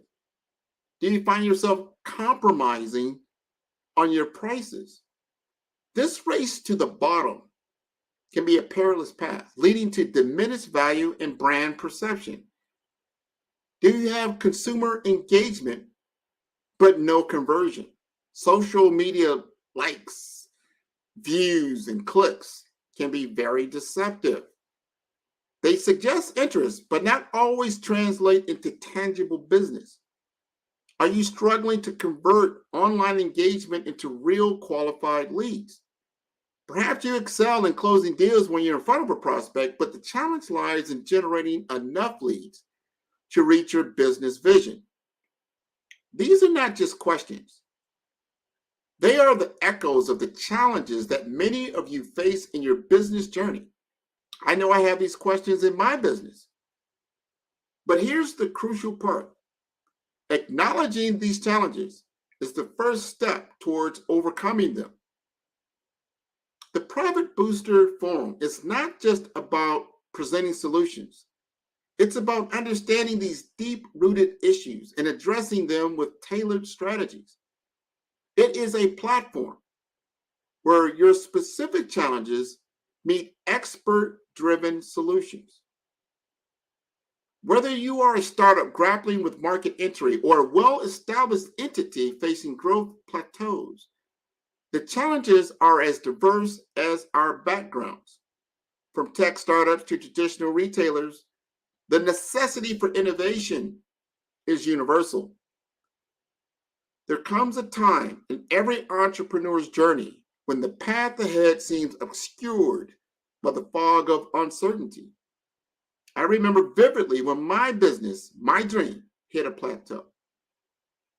Decisions that once seemed straightforward now loom large, clouded with doubt and uncertainty.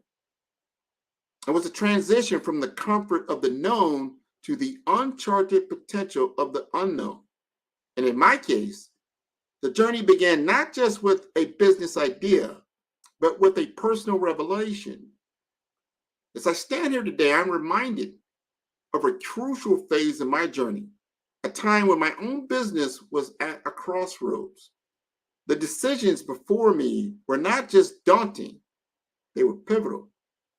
It was a period marked by a transition from the comfort of familiar strategies to the uncharted potential of innovative approaches. This was not just a professional journey, but a deeply personal one, where I discovered not only the essence of my business, but also the core of my professional identity. My path into the world of personal brand coaching was born from a profound experience in my career as a business development manager at a large company. And in that role, I dedicated myself to building a personal brand. striving to establish myself as a thought leader in my field. It was through this process that I uncovered a passion for helping professionals like me to achieve their career goals and realize their full potential. In today's competitive job market, a strong personal brand is not a luxury. It is a necessity. It is the difference between being just another name in the crowd and a recognized, respected voice in your industry. This realization led me to launch my personal brand coaching business, where I committed myself to guiding professionals in creating and nurturing their unique brand identities. But the journey was fraught with challenges. Transitioning from a structured corporate environment to the dynamic world of entrepreneurship brought its share of uncertainties and hurdles. It was here in the thick of these challenges that I discovered the true value of comprehensive business development, a realization that profoundly altered my approach. The Profit Booster Forum, much like the one we are part of today, became a catalyst in my journey. It was an arena where ideas flowed, strategies were shared, and connections were made. These experiences not only enriched my understanding of business development, but also reinforced the integral role of personal branding in professional growth. As a business development expert, my mission goes beyond offering strategies and advice.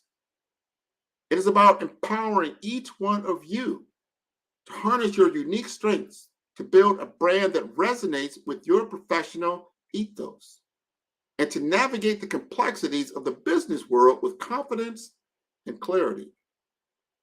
As we delve into the sessions of this forum, my goal is to share with you the insights and strategies that have not only propelled my journey, but have also been instrumental in transforming the trajectories of countless professionals who have sought to redefine their careers. Remember, the journey of building a successful business and a powerful personal brand is an ongoing process of learning, adapting, and evolving. It is about finding that sweet spot where your personal values align with your professional aspirations.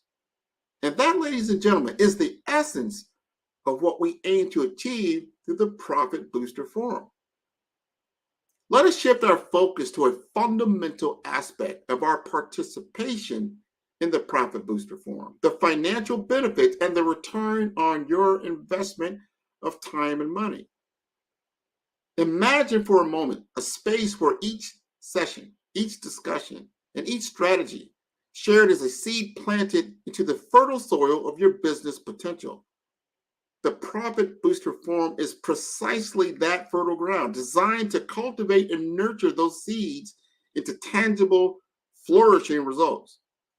Over an intensive 4-week course, this forum is not merely a congregation of theories and hypotheticals.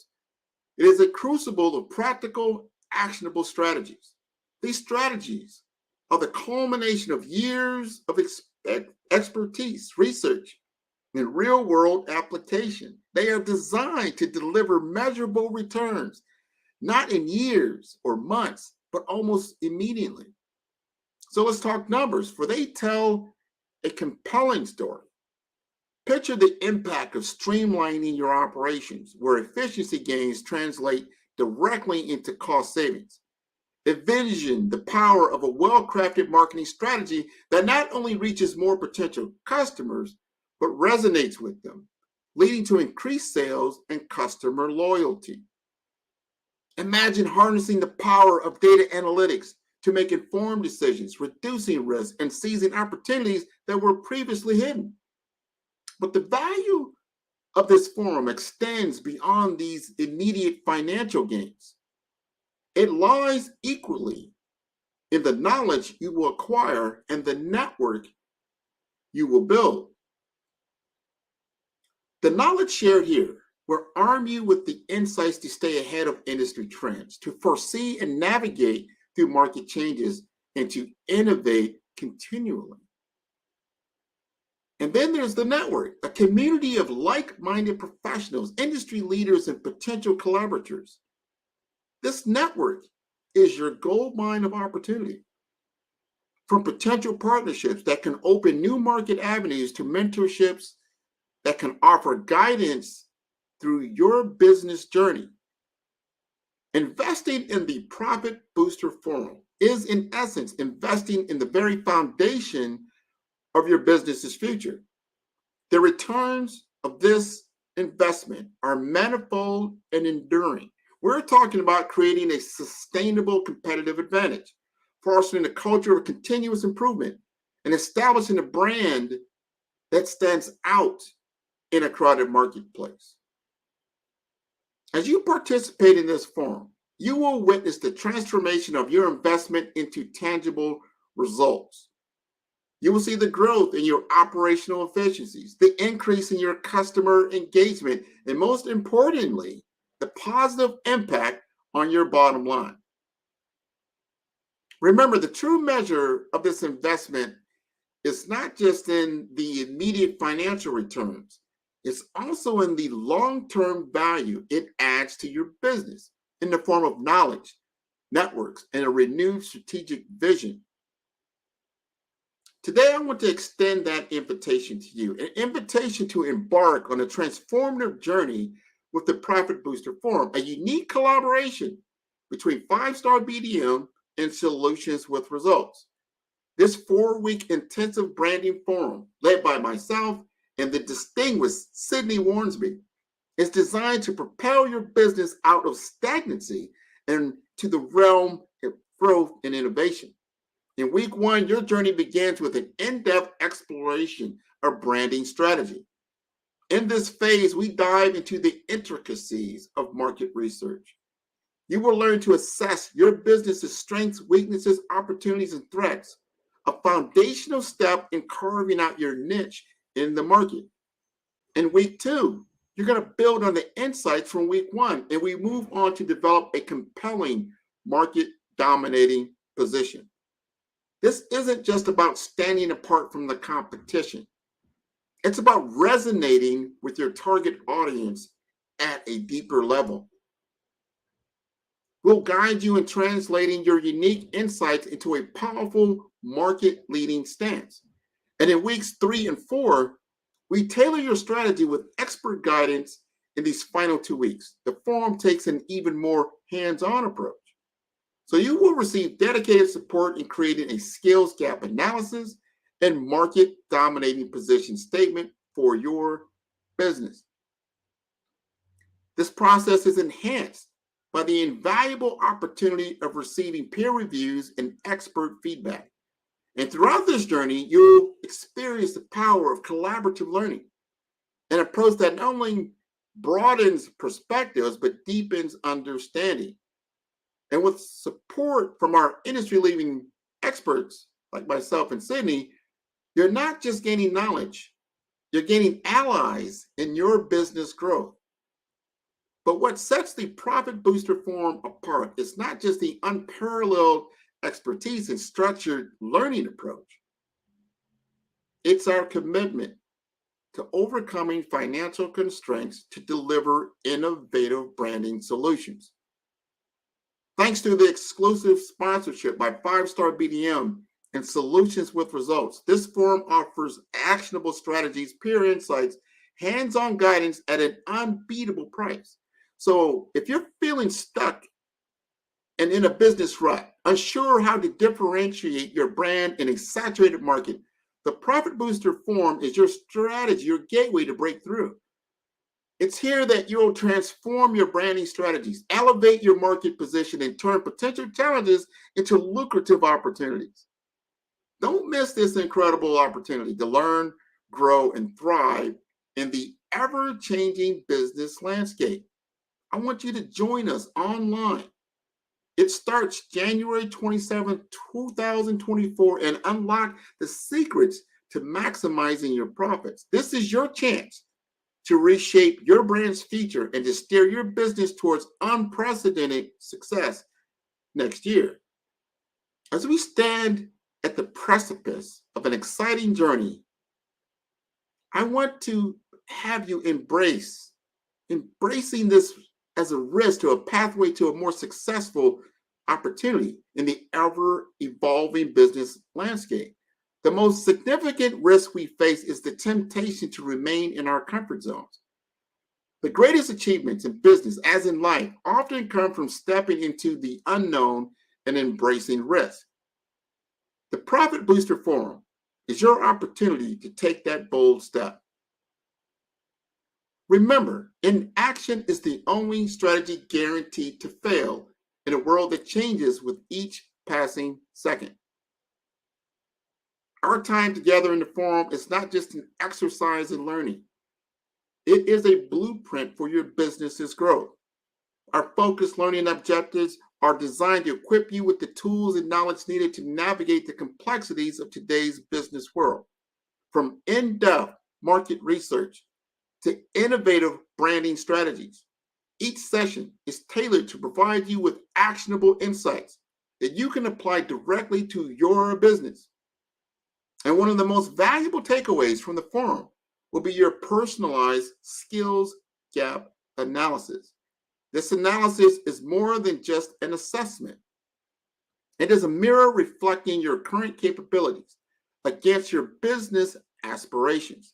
It will highlight areas where your skills can be honed and improved, ensuring that you are equipped to tackle the challenges that lie ahead and seize the opportunities that come your way. And perhaps the most crucial aspect of our journey together will be the development of your market dominating position. This is where your learning transforms into action. In the collaborative environment of our classroom setting, you will craft a strategy that sets your business apart in the marketplace. This is not a theoretical exercise. It's a practical, hands-on approach to defining and refining how your business will lead and outshine in its sector. The classroom setting of the Profit Booster Forum provides a unique advantage: the power of collaboration. You will be learning not just from the experts, but from your peers, individuals who, like you, are motivated and driven to succeed. This environment fosters continuous learning, where ideas can be shared, challenged, and refined. As we prepare to embark on this transformative journey with the Profit Booster Forum, let's focus on the actionable strategies that you will be equipped with. These strategies are not just theory, they are practical tools tested and proven in the furnace of real-world business challenges. Our first key strategy revolves around mastering market research. This isn't just about understanding your market. It's about diving deep into the psyche of your customers, identifying emerging trends, and foreseeing market shifts. For example, using advanced analytic tools, you'll learn how to dissect customer behavior, allowing you to anticipate needs and tailor your offerings proactively. Then we will focus on building a resilient brand identity. This strategy is about creating a brand that not only resonates with your target audience, but also withstands the test of time and market fluctuations.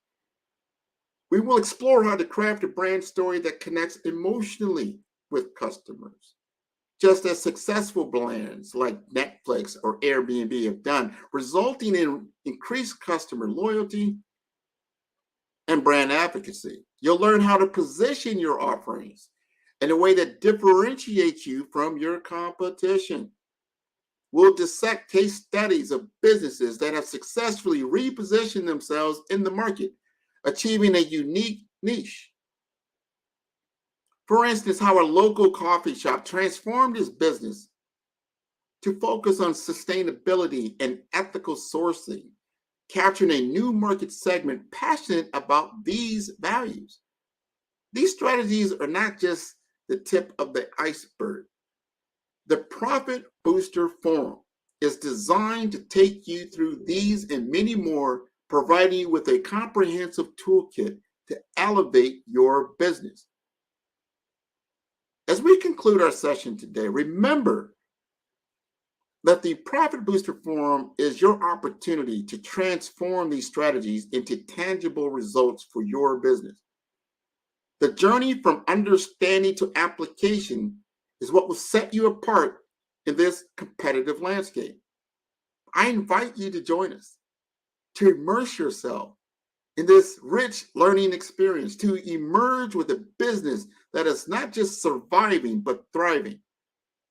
Embrace this opportunity to turn challenges into opportunities, ideas into actions, and aspirations into realities.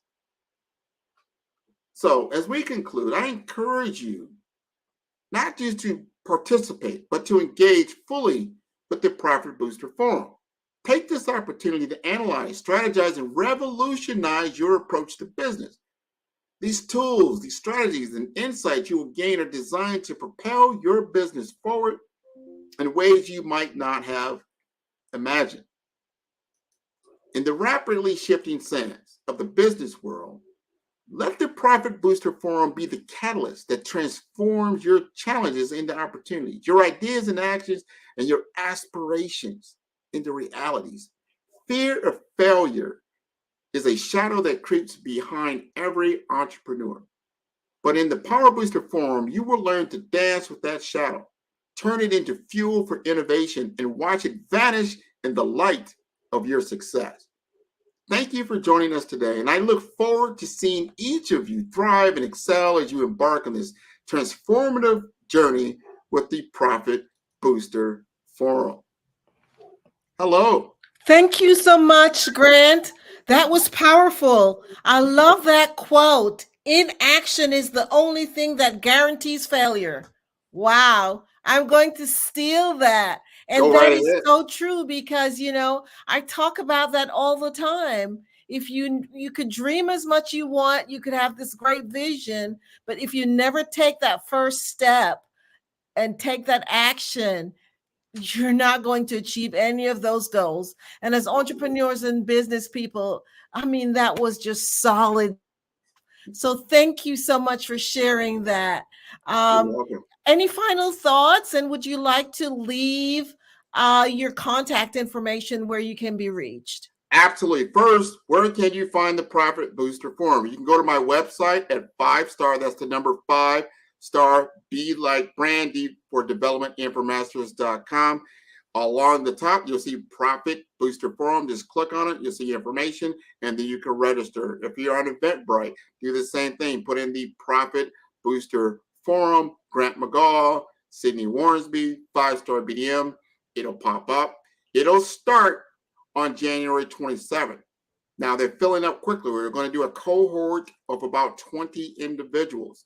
The cost is below $500 for 4 weeks. This is unprecedented. So you're going to get a 4-week course, right? That's January 27th to about February 17th.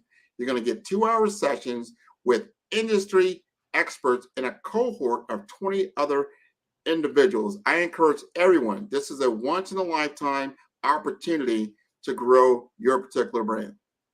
Awesome. Well, thank you for sharing that. And I'm definitely reach out to Grant to get involved in that cohort. So have a great one. Genius is common, and I'll see you on the other side.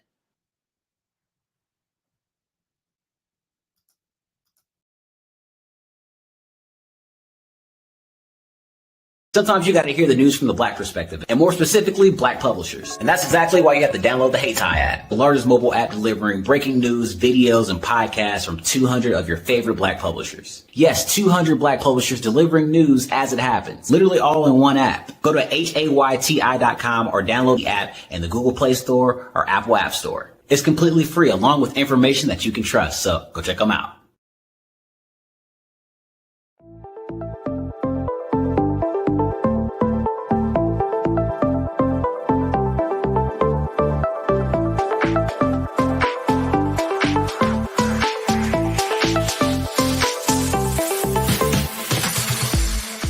You need to be messaging and communicating to a lot more folks and getting them committed to you as a brand and feeling that you are trustworthy as a subject matter expert, and for their needs and their pain points. That says, look, here are my pain points. Here's the problem that I have that I don't want, or the benefit that I want that I don't have. And Grant and Sydney understand that and are giving me information to be able to assist, in my eliminating those pain points.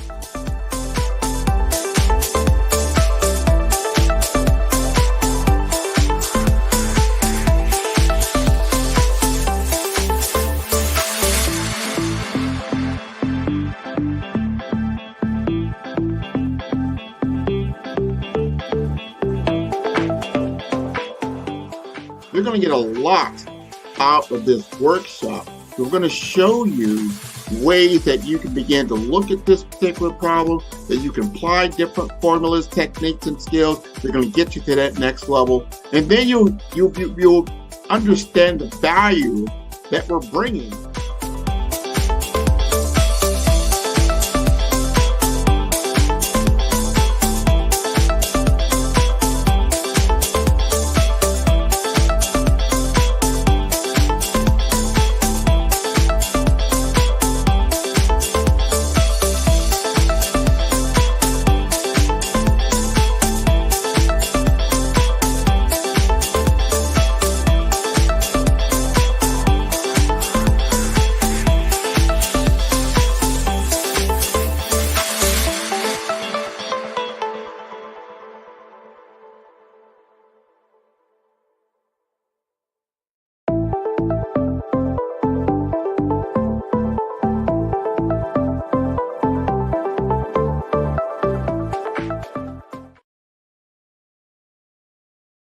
Hello, ladies and gentlemen.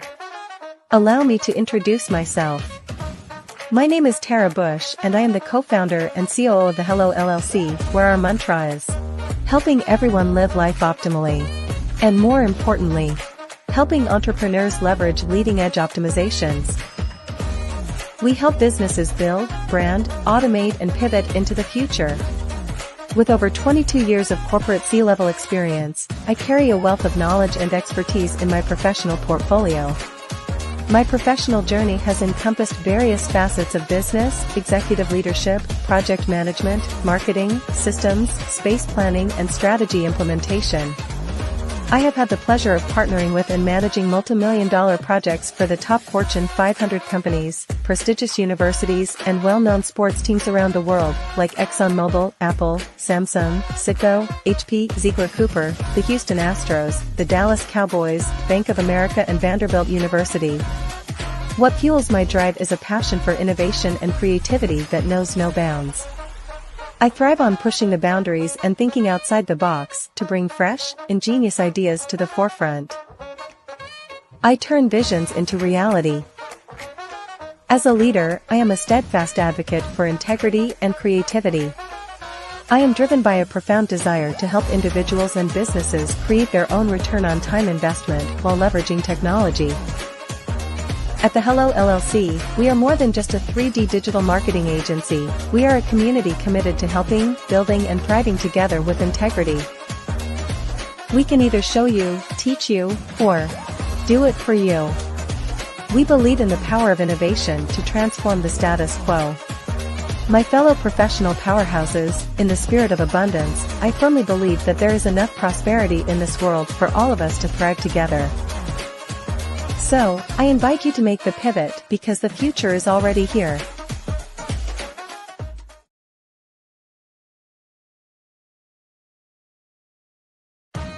Are you an innovative entrepreneur or business owner ready to embrace the future of business transformation? The world is evolving at an unprecedented pace, and it's crucial to adapt and pivot towards success in this dynamic landscape.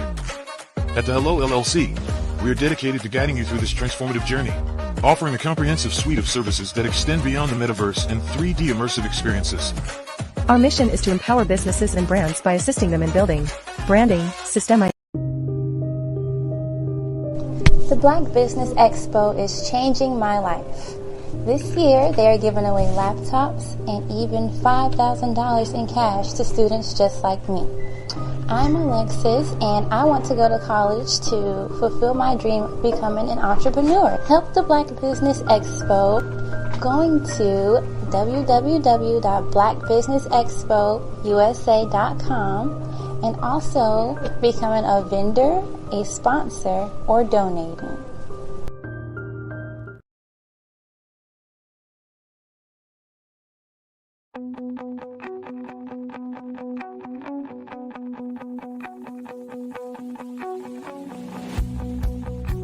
I am Black Business.